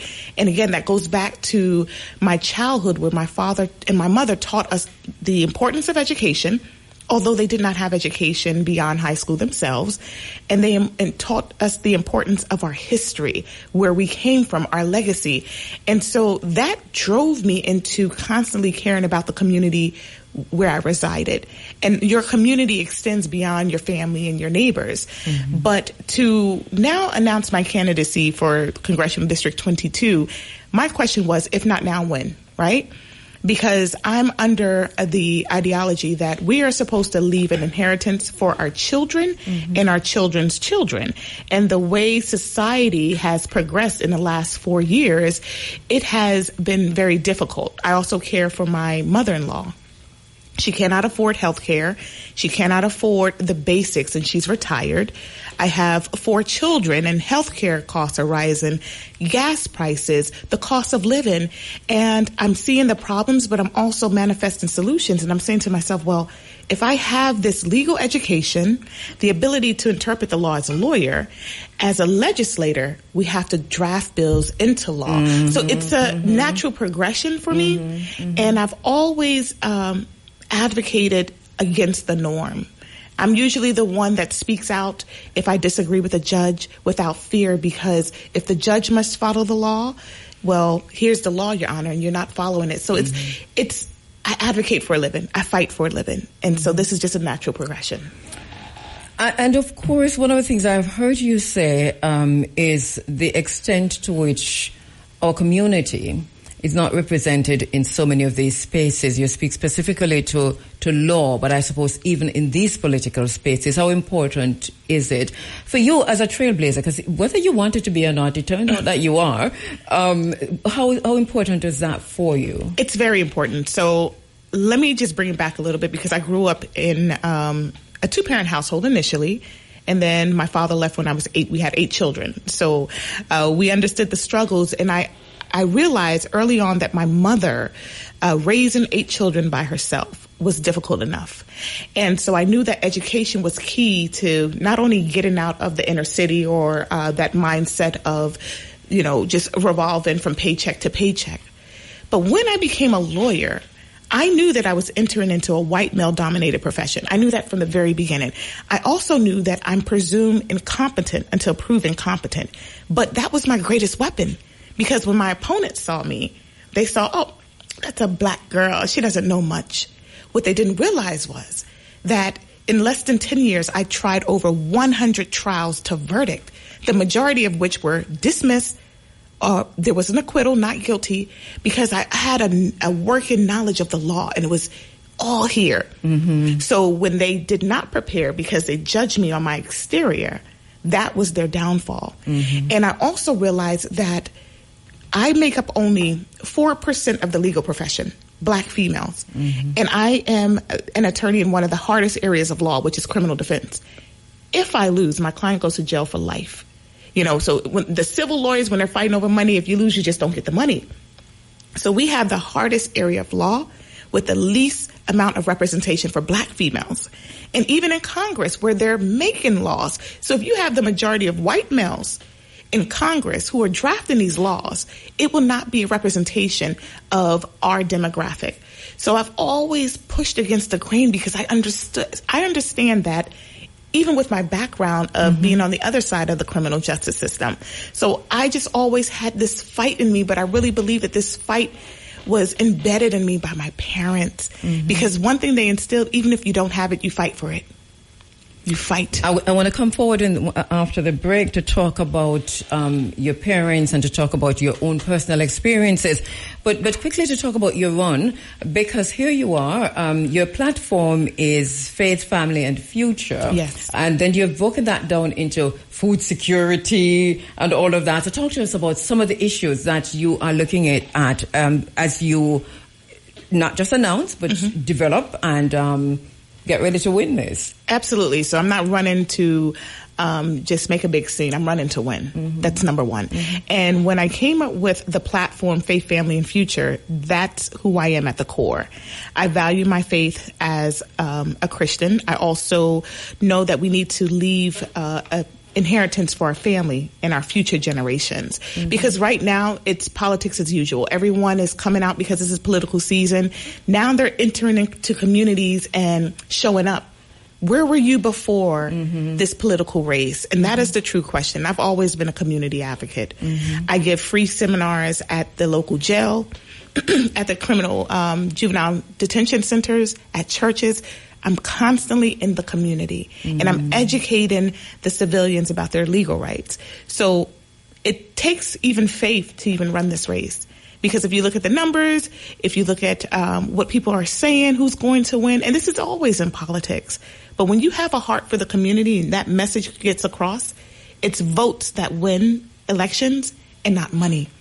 And one thing I'm doing as I'm doing this political campaign, I'm educating the voters to ask this one question to not only my opponent, but anyone who's running for a race.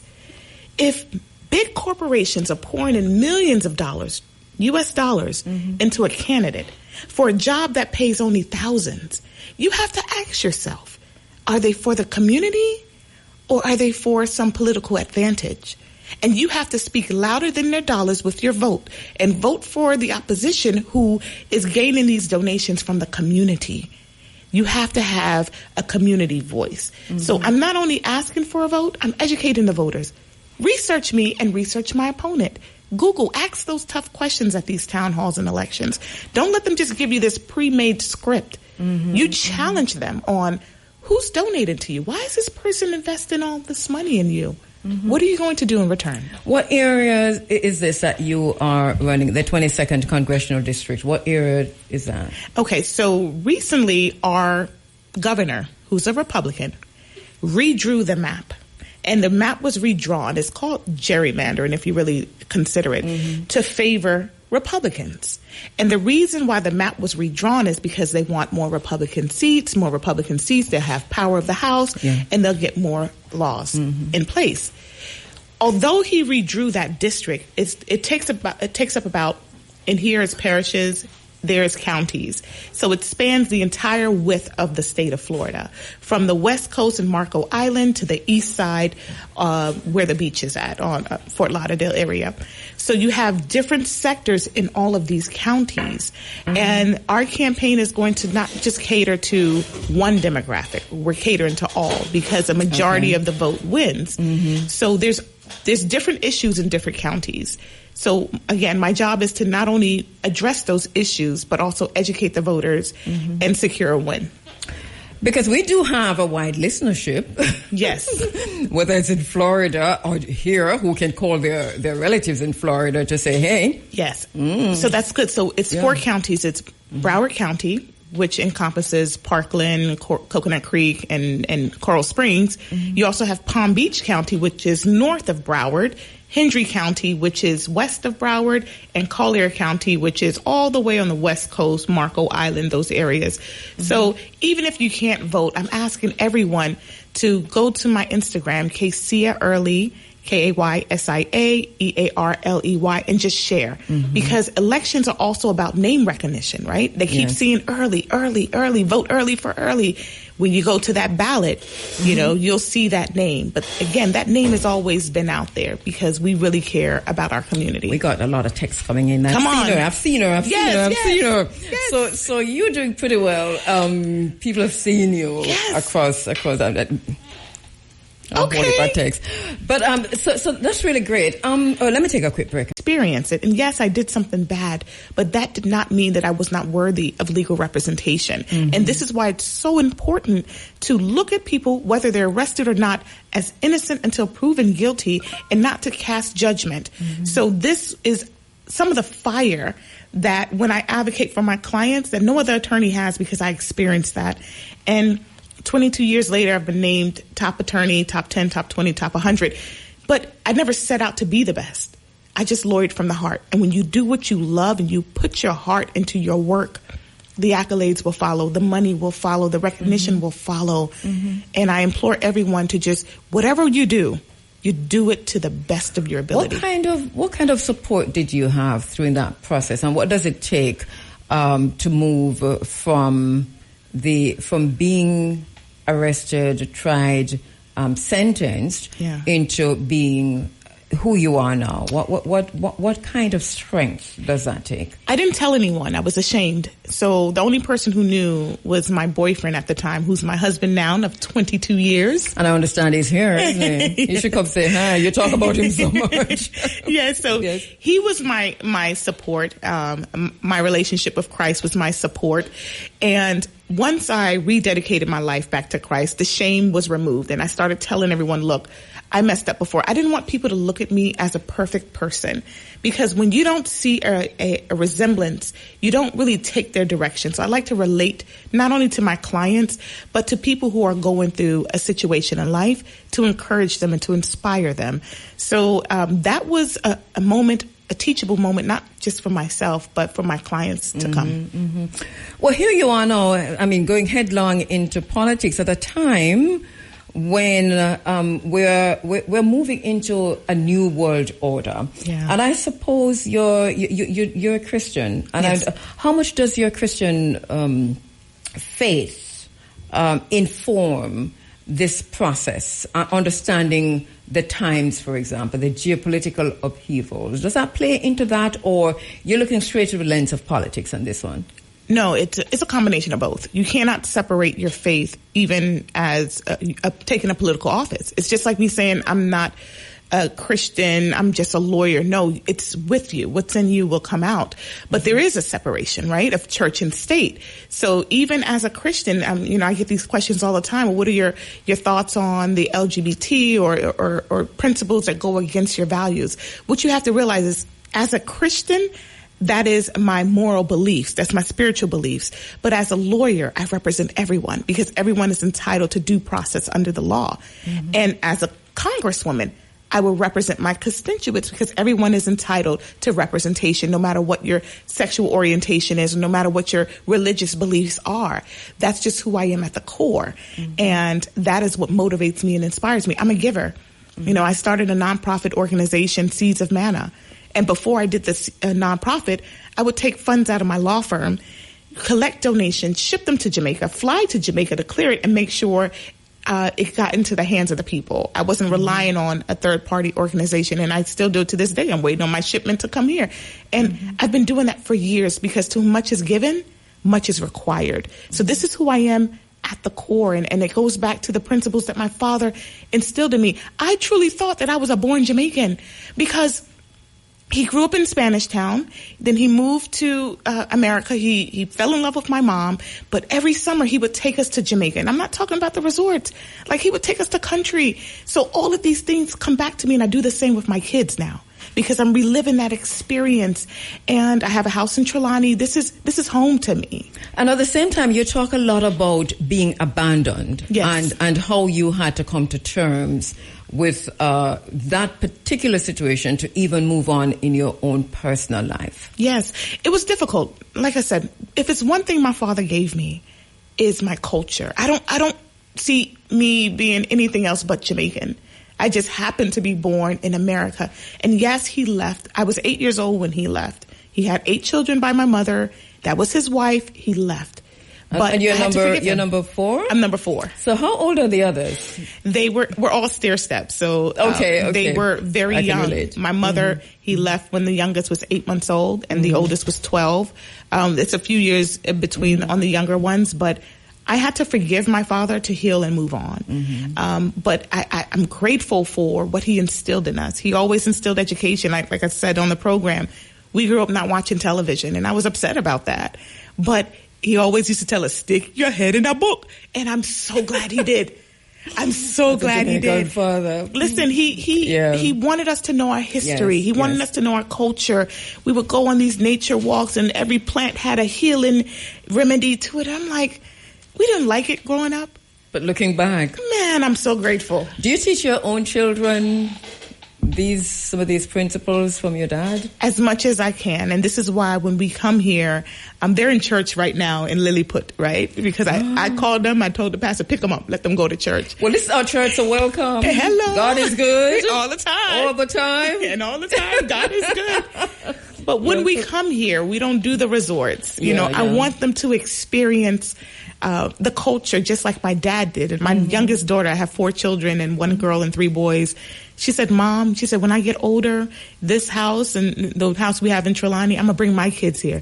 And this is what we have to do. We have to pass down the traditions and cultures to our children so it won't get lost. Talking about traditions and cultures, America is going through a really interesting time right now, and that is an understatement of a century. Yes. Where everything seems to be turned on its head. How can you make a difference, and what difference can you make in a situation like this where corruption has taken the place of everything, where truth is lie and there is no truth, where right is wrong, and where those who are in power on both sides of the house are involved in the same kinds of corruption and nastiness, if you will. Yeah, and political rhetoric and selfishness and all of those ideologies that you want to dispel the myth. I see that all the people need is hope. You have to instill that hope. And what comes from the heart goes to the heart. We're tired of hearing these promises that are eventually broken once you get the seat, right? And I always say your reputation precedes you. That's why if anyone knows KC Early for years, they know that I've been in the community without even having aspirations for political involvement at this time. I just saw it years down the road. But being in a community has prepared me because I've heard the voices of the people. I've heard the cries of the people, and it's time to fight. And what they need right now is a fearless warrior. And as an advocate, that's who I am. I fight for the constitutional rights of my clients, and I have to persuade sometimes an all-white jury. And the only black people in court is me and my client. And they don't acquit my client because of my looks or because of my persuasive skills. They acquit them because I've taught them the law in a short amount of time, and now I told them, you took an oath, you have to follow the law, come back and find my client not guilty. So now it's time on a higher level in Congress is to hold, there's a separation. We have 3 branches of government. Let me just say this real quickly. Legislative branch, judicial, and executive. So when people start talking about this rhetoric like, oh, the president has power, the president only has as much power as you're giving him. If there's a separation, the executive enforces the law, judicial interprets the law, and the legislative branch makes the law, then you legislators hold his feet to the power. But who's giving him this power? Is there, what's the behind the scenes machinations that's resulting in even legislators and even members of Congress who you thought, oh, this person represents change, but then ultimately, because of funding, it has to be that, and whatever else Epstein documents hold, that they find themselves unable to or refuse to, so that we do find a president with a whole lot of power. Yeah, because it's fair. It's fear. It's political gain. It's them thinking about their next election cycle. Oh, if I vote this way, they may not vote for me. It's the lack of oath of office, because you took an oath to represent the people. So I'd rather be in office for a term and fight for my people than to be in office for multiple terms and just solicit favors and handouts, because, again, it's my reputation. And we need to get fearless people in office that's not afraid of the political wars and the rhetoric. And can you beat the lobby? Because that is one of the biggest problems, I think, where, let us say, AIPAC or whatever Jewish Zionist lobby comes in. You do their bidding. How are you planning to beat that? Can you beat that? You can, when you educate the voters. Again, there's there's always going to be corruption in politics. And you have to understand, why are these people really running? Are they running for the position or are they running for power? Well, we know they're running for power because they're motivated. They're funded by these big political organizations. So when you educate the voters and the voters wake up and realize, wait a minute, the reason why they're all over media is because these big PACs or these political organizations are funding, they start to think. We perish for a lack of knowledge. As an inmate in solitary confinement, I thought my life was over. But one thing I realize is man has found a way to kill the body. They found a way to lock the body away, but they have yet to find an instrument to extract the knowledge. And knowledge is what has gotten me to this position. Hold that point, because that you probably have to tell to Sam Altman and Peter Thiel and all of them, Palantir and Anthropic and them. Hold a sec. Yes, thank you so much for putting me in touch with my sister who I was looking for, as I told you. Yes, you found her for me. Big up to him. He's actually our ambassador to the congressional campaign in the Jamaican diaspora. So he has been a vital component, because people oftentimes say, Jamaicans can't vote. You're absolutely right. But our voice, our presence, there's always a connection. You may know someone who knows someone. So I thank you so much, Sean Contractor Edwards. All of us have an auntie. Yes. Or a cousin. Yes. In Florida. This is what it is. And talking about that, some of those issues that concern us obviously concern them. Immigration being one of the biggest ones. And now we're hearing, and I think there's some change in the last 2 days, that you're going to have to even send monies abroad, and it's not just for Jamaicans, but generally if you're in the U.S. and you're not legally there, it's going to be most difficult for you to send monies. So the immigration issues are critical, and I see that you've got that on your platform. But how important is that to win over that demographic, which I think it's really massive? Absolutely. It's very important, but you need to have a working understanding of the laws of immigration. You just can't put out a policy and then retract it, because they recently had a policy where if you were a green card holder, you have to go back to your country and then apply once you arrive there, and then they retracted That's the one that I was statement. talking, yes. Yeah, so now you have to have an understanding of the law. And as a criminal defense attorney, once my client gets arrested, but they don't have the adequate status, there's a no bond hold, and sometimes they get deported, and then their criminal charges get dismissed. So these laws need to be changed, because you're innocent until proven guilty, but immigration is not interconnected with the criminal aspect until someone changes the laws. Yes, we need law and order, as our president likes to tout, but we also have to have an understanding that this country, the United States of America, was built on immigrants, indentured servants, slavery. So why are we implementing these rules and laws? So when you vote, you have to vote for someone who has a clear understanding of the importance of immigration. Because, like you said, there's always someone connected. And we want to do this right. We don't want to have a flood of illegal immigrants. But we also don't want to just kick them all out until we figure it out. That makes no sense. So what's your own policy as far as this is concerned? What are you saying to the people about this issue? Well, obviously, the immigration needs to coincide first with the criminal justice system, because what's happening is, like I stated previously, if someone is arrested, it automatically triggers a no bond hold for immigration status. So if the underlying charge, a criminal charge, is dropped, there's still a no bond hold for immigrants. And sometimes they get voluntarily deported or mandatory deportation when the initial arrest that triggered that deportation is no longer there. There has to be some type of interconnection. There are rules, policies in place that let's wait and see what happens with that initial arrest, because just because you're arrested does not mean you're guilty. There could be a lack of sufficient probable cause. But also there has to be some form of to expedite the process to get in the green cards. Right now, it used to take 2 years. Now it's being pushed back to 4 years, because the policies are always changing. And whoever are pushing these policies are not checking with immigration to see, is this sufficient? So there's so much work to be done. This is a really hot button issue, isn't it? And are you concerned that going out on this issue too far, and I mean this in the best possible way, that you will lose the vote? Because it seems as if there is a unifying force, whether it's in the US or the UK or Argentina. There is a kind of a far-right situation going on. I was talking about the Daily Telegraph today that talked about white rage. And it's all, and South Africa, we see it unfolding in South Africa now. And it all comes back to immigration, and they have all kinds of names for it. But how does that impact your ability to be very upfront and honest about this to the voters? Every politician concern is, will this topic alienate voters? So that's obvious. If they say they don't care about that, that's not true.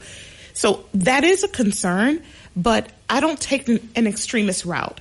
I look at the issue, I look at the policies, and I see how can I make this fair on both sides, because even being a registered Democrat, there's going to be times that I have to vote across party lines. Sometimes you have to win some and lose some, but for the greater good, you have to give and take. So the extremists never really win because you alienate the opposite side. The goal is, how can we make this better for both sides? Can persons go on now to your website, go to a space where they can go read to see where you stand on immigration? Absolutely. And the policies are always changing. My platform is always changing, but we have 12 main platforms. And you can go to KSIA, KAYSIAEARLEY for Congress.com. And also on all social media platforms, same KSIA Early, KAYSIAEARLEY. All right. Wait, as I said, I've gone through a lot of what you've done, a lot of the work that you continue to do, and I'm endorsing you. Thank you. Because I think that you do have the ability to at least impact the necessary processes that will lead to change. Are you concerned any at all that and we see this all the time, that you enter politics, but you'll be better off trying to change the law, constitution, and, whether it's writing bills or writing whatever, but impacting Congress in a whole different way than being in the middle of it all? When I became a lawyer, my concern was dedication to my client and my client's constitutional rights. And in doing so, I have alienated some of my colleagues because I have to fight. I have to advocate in court. So you're the prosecutor. We're not friends because you're trying to determine whether or not my client is guilty. So I have alienated some judges, but I've also gained the respect. There you are on screen. So if you're watching, the website is up. If you're watching YouTube or Facebook, yes, KSIA Early. Yes, yeah. I have gained the respect, and I've also alienated some colleagues and judges, but I did it all for freedom. I continue fighting. Sometimes you have to stand alone if you have to. And I've been used to that because God doesn't give me the spirit of fear, power, love, and a sound mind. And when you're rooted and grounded, you have no a sense of fear when you have a goal. And my goal has always been to represent the people and to educate them and to give them the knowledge that they need to empower themselves. One of the great singers, Bob Marley, always said, emancipate yourself from mental slavery. None but ourselves can free our minds. And our mind is a terrible thing to waste when you do not educate on a daily basis. So I know that I can do this. I'm not running just to see what happens. I'm running to win and to fight for the people in District 22. And just because, Mr. Publicist, I know that I'm going to get 50 calls on this. I have to say it is Marley Marcus Messiah Garvey's words and not Bob Marley's. But Bob Marley did make it popular. People are familiar, but let me say this. My apologies to the great Marcus Garvey. There you go. Yes. There you go. But it's one and the same. So we had to say that because we know it well. Finally, because we're totally out of time, so there's so much happening now in the Caribbean waters. The U.S. is in the Caribbean waters. I don't know that we see many people speaking out against this, or maybe it's just missing me in terms of from the U.S. Congress. I mean, unless it's going to be like highly politicized and, it is to curse Donald Trump or whatever. They were doing the very same thing. Nothing has really changed. The American foreign policy remains the same, regardless of who's a president, for Caribbean people and for continental African people. Your own thinking on this, and specifically regarding Cuba, do you have any thoughts regarding what is unfolding in Cuba? The fact that now we see there's a chokehold on Cuba by the United States, that Florida in particular has a voting bloc that is totally leading that chokehold. Are you concerned? Are you in any way troubled by what is happening in Cuba? And have you said this, and where does this fit into the bigger picture for you? Foreign policy is always important, especially what's going on in Cuba now, because you can't think that, it's happening in Cuba, it's not going to happen here, because if America sees that they're successful in Cuba, you don't think that they're coming forward to other Caribbean islands. So it's always important, again, to have the right people in office, because if there's a detachment and they see these Caribbean islands as third world countries as opposed to an asset to the United States, some type of foreign policy to bridge the gap as opposed to alienating these countries. If it happens to one thing about America, there's always a pattern and it's repeated. So if they're successful with one country, then why not continue to Dominican Republic or even other countries? So that's always a concern. But unless you have an understanding of the relationships between Jamaica especially, it's one of the number one communities, not only for travel and tourism, but there's families. There's a big Jamaican diaspora. The community in Miramar and Lauderhill has the third largest Jamaican residency.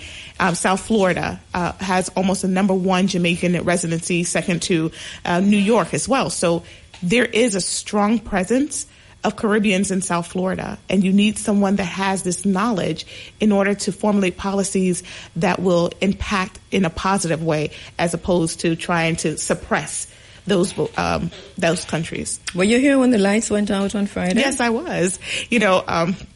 Thankfully, it came back on sooner, but you know what? It didn't come on soon. It was like 9 hours, 10 hours. Sooner than expected. Oh, please. Listen, are you here for the diaspora conference? I have to leave early because I was going to be here for it, because I was going to leave on the 24th, but I have to leave early. But I am coming back. Okay, come back. My children experienced that, and I'm kind of glad that they did, because oftentimes when you don't experience not having something, you appreciate it. So that was a teachable lesson. Could you for go them. back and check to see if the U.S. had anything to do with that? Come on. I mean, I've been hearing so many, let's say, conspiracy theories, but you know what concerns me the most is that we don't have any answers. Let's be real.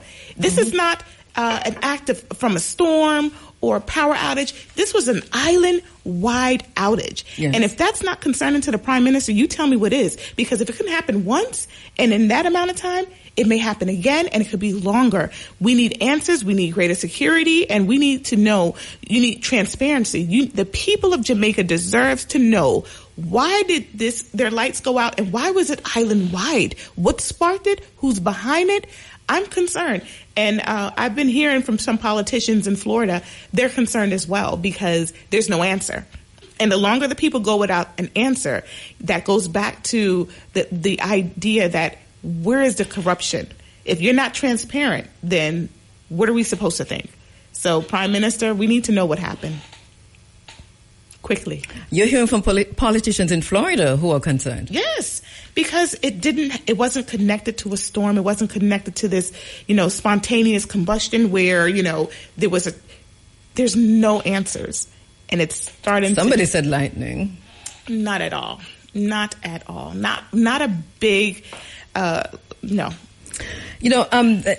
President Trump, when he attacked Maduro and plucked him out of Venezuela, he announced that Venezuela was plunged into darkness and that America has a capability to do this. I've heard that.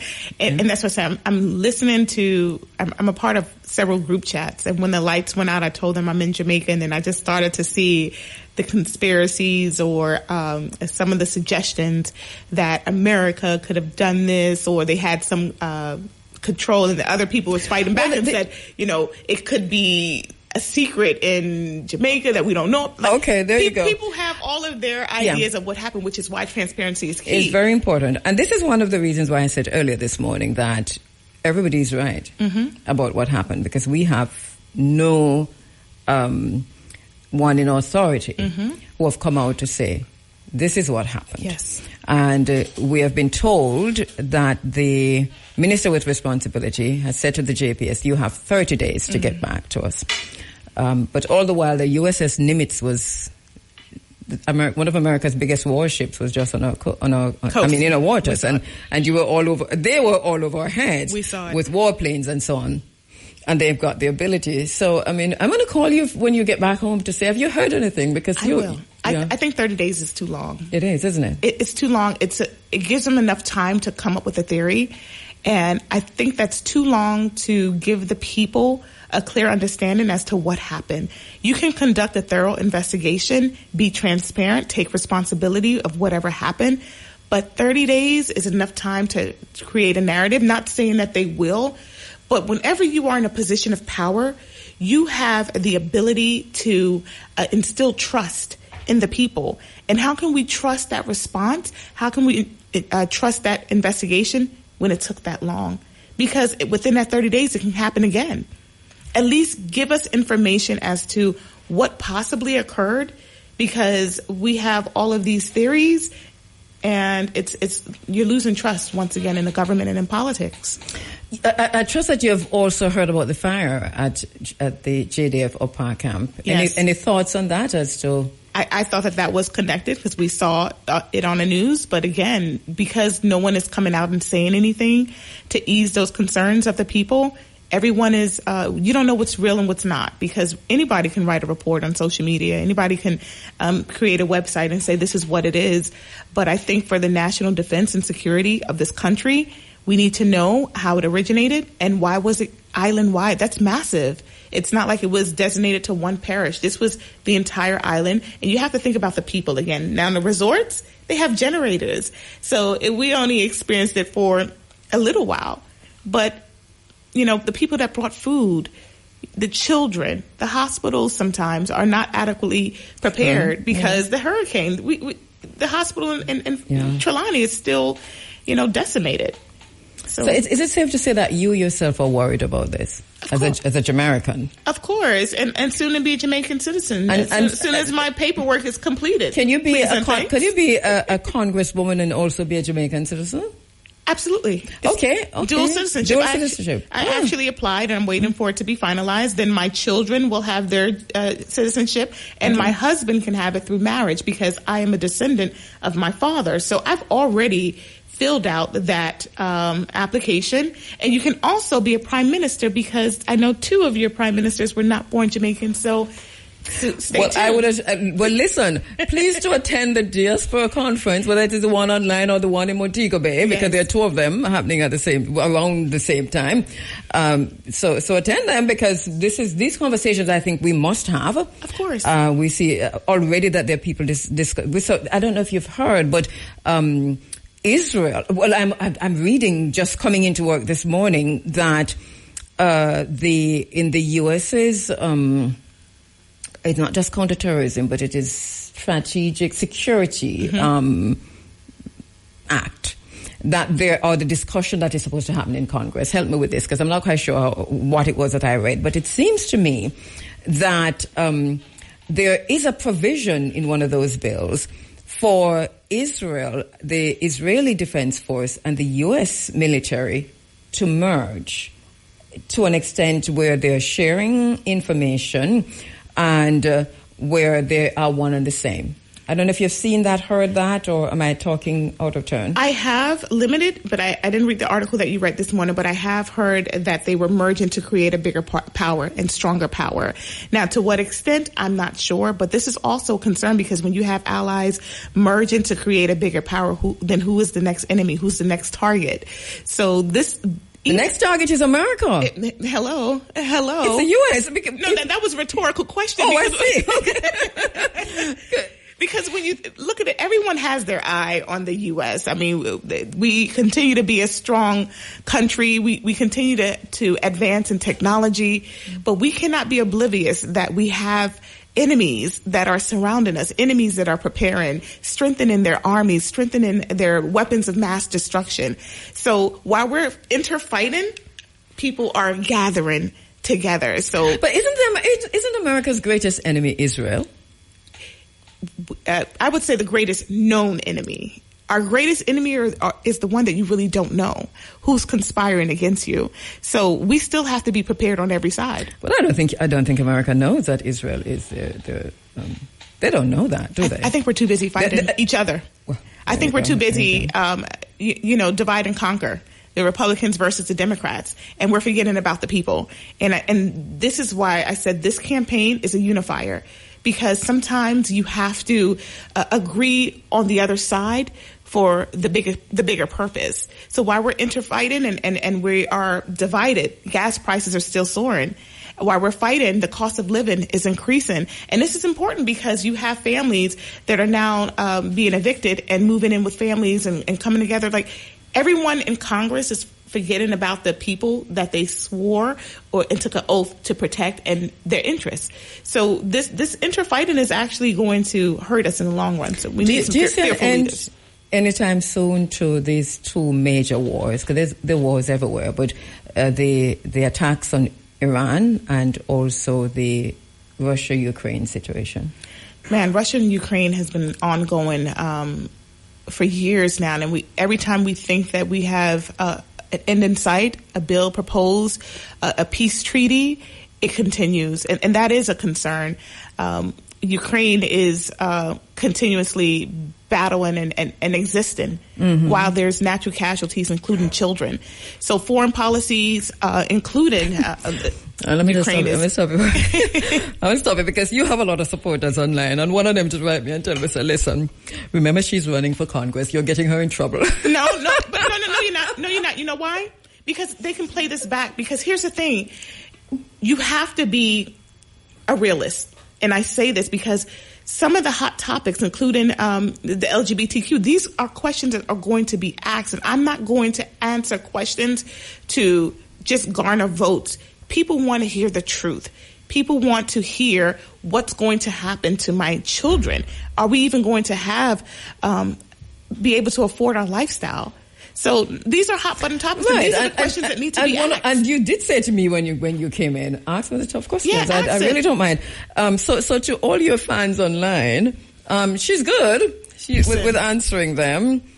And Bigay is in heavy traffic, so that I have about 5 minutes more that I didn't think I have. All right, so let's go back to I interrupted when you were talking about Ukraine and Russia, and also that situation with Iran, and how your own thinking on this. Do you see this dragging on for much longer, especially the Iran situation? It's difficult to tell because we are approaching a new administration as well. We know that this is President Trump's last session. I mean, he can't run for president again. Says who?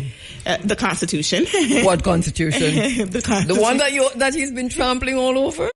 Leaders that's willing to take a stand, that may not be voted back in, but at least you made a difference for your session. A House of Representative is only in office for 2 years, and there's a lot that can be done in those 2 years. And even if you made an impact and not reelected, you made that impact. Are you running as an independent? No, I'm running as a registered Democrat. Just to understand the policies and the parties, there's two major parties. You have the Republican Party and you have the Democratic Party. It's very hard to even get into office as any other registered party unless there's more people that vote, even as a write-in candidate. That's how difficult it is. But even as a registered Democrat, there's policies that I agree with and there's policies that I disagree with. I always say being an extremist is very dangerous. You have to come to a middle ground sometimes, because if you're always voting down party lines, you're going to vote sometimes against your morals. You're going to vote sometimes against the people that voted you in. So you have to have an ear to your community and vote accordingly. I really am in your corner, and I want us to have another conversation, even if we're doing it from overseas. Yes, we can do that. When you're back. I one last chance to just have a conversation for today with your constituency, because you have a big one here in Jamaica, and they can impact what's happening in Florida, of course. And also those who are listening online, watching online from across the U.S. This is why it was important for me. This is not a vacation. This is actually my mission trip. I sent over decontainers, barrels, boxes of donations that I collect on my free time, the limited free time that I have. And that's therapeutic to me, because when I ship the items over and I clear them at my house and I bring the church over and we sort and we create bags and we drive up to country and just pass them out, it's the love. Mm-hmm. It's the appreciation. Mm-hmm. And that is what fuels me to do it again and again and again. So this is my community. This is my home. Mm-hmm. And I will continue to fight for the rights of the people. I've been doing this. And I garner your support. Spread the word. What can you do? Yeah, you can't vote if you're not in my district, but you can spread the word. You can tell someone. You can share the website, share social media. But the goal is to get a fearless leader in the House so that I can continue to fight for the people. I did it in court. I can do it in Congress. You can. Yes, you can. Thank you so much, Casey Early. And look out for her across social media. Yes. Once again, your social media pages. Casey Early for Congress, or Casey Early, KAYSIAEARLEY. Vote early for early. There you go. Come on. All the best, Casey. Thank you so much for coming in. Thank you for having me. As usual, continue to do. You've been on this battlefield for a long time. A long time. This is not your first rodeo. You gotta check my resume. There you go. Listen. You were pregnant when they sentenced you to prison. We didn't even talk about that. Solitary confinement, 23 hours, and that is where I got the revelation that, you know what, you can be a lawyer. And I did it against all odds. It's unheard of that someone goes to jail first and then gets sworn into the bar. So if I fought back then, and then I fought for the people who were indigent, I'm going to continue to fight because what's in you comes out. So I'm a fighter. Remember that. Continue to fight, my sister. We'll look out for you. We'll keep in touch, and all the best. Let us know what's happening, and I'm sure that contractor will keep us informed. Of course. Thank you so much. He just stepped out. Thank you so much, my sister. Casey Early. Look out for her, as we said before. Your camera is still on. I'm not quite sure if we've switched over, but I'm not seeing you, so I suppose you can go. All right. So, Casey, once again, acclaimed trial attorney, community servant, non-profit founder, legal analyst, and author. We didn't even talk about her book. She's got a book. Do you have a book with you? No? I need a copy of the book because we need to put the book on the book list. It's called Faith. What's it called? No. By Faith, Jailhouse, God's House, Courthouse, now the Congressional House. You just gave me goose pimples, girl. Okay, so houses built by faith. Say that again. Jailhouse, God's House, Courthouse, and now the Congressional House. And then the White House. And we didn't talk much about that because you also looked at the White House and you said, I'm going there. All right. I know your life story. All right. So let me get a book, please, contractor Sean Edwards. Thank you so much for this connection with our sister. Come around here, my darling. Let us do this. We do this live on air. We're taking pictures. Oh, we're turning Peter into the photographer. And we really don't want any dead air situation, so I'll be talking while we take the picture. Of course, we do. Right, so this kid, how it looks on the screen. It looks nice. Anyway, go ahead. I'm losing my eyes. Your cologne is really nice, yeah. Well, thank you. Oh, sorry, dead air. Listen to me, this is how it works, right? We take the pictures, we get the... All right, let me grab this first. So... The big A is up next in just a few seconds. I hear that safe travels, contractor, thanks. In just a few seconds, Big A will be in. I know that he's in heavy traffic. Why is there heavy traffic on the road, contractor? You're just coming in. What going on the road? I wonder if there's an accident. Ask him. Or is it rain?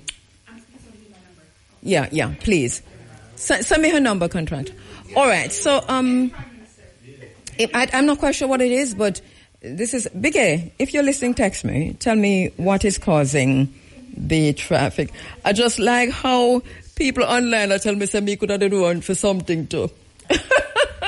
Look here, after Casey win Congress, I'm going to ask her to come help me to run for what I want to say I must run for. Yeah. But anyways, lots of... so Elaine in Tunisia, she says, I love Casey. Yeah, thank you, Elaine. Yes, my sister Eric, I'm seeing you. Yes, well, thank you. And Dobby Dobson, yes, I'm seeing you. Let me see what you're saying. Okay, selective outrage. Look here, Akeem, you must tell me what Sugar take knock. Akeem says, Sugar get knock. Dems are sold out to Israel. And he's suggesting that you're going to have to distance yourself from the Democrats. Goodness gracious me. All right. I'm just hanging on for Big A. Let me take the ad and get Dad ready for every job with all the tool he needs this Father's Day. The time by H&L Rapid True Value is now 2:10. All right, Isis, thank you for reminding me, my sister. She says, Inner City. I say it's Inner City, Roots Rockers Reggae Dub Session. What music can do, nothing else can. Heal the Inner City, Heal Jamaica. And so Skillful King, Droop Lion, and Chris Law, Reasoning by Dottie Bookman. And this is on Monday, June 8th, which is tomorrow, 7 p.m. to midnight at Nation Lounge. Okay, so Nation Lounge, you don't even know what's happening there. You just need to go to Nation Lounge because it's always something brilliant. And tomorrow, Dottie Bookman is going to be there. And okay, and Droop Lion, wow, Droop Lion, it's been a while. This is something that I'd really want to go to. All right, the Big A is just a little bit late getting in, and it's time for the gospel show. I know that he's giving me 5 minutes, but there is a situation on the road. Thank you, Peter. Where were you when the lights went out? You were at home? You were sleeping already, or you were on the phone? Oh, somebody in Portland. Okay. And it came back what time for you in the morning? 6 o'clock. Came back. We live on the same stretch over at 6 o'clock you come back. Oh, you're in Kingston. Okay. Right. So what's the thinking of what caused it? Have you come up with anything? Okay, okay, he's on my side. He's on my side. So Big A is coming in. I want to know from Big A, where were you, Big A, when the lights went out?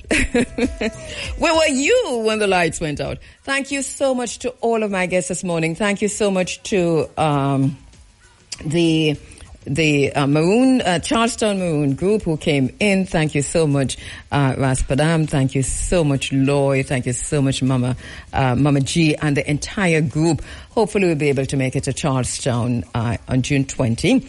I just feel like there's something else that I'm not mentioning since I'm in Big A's slot. I know Big A listener said, why should one play Ting there, gospel? Me not have no gospel music. Should I play gospel from up here? So Big A, I'm going to take the gospel music for you. Who do I play?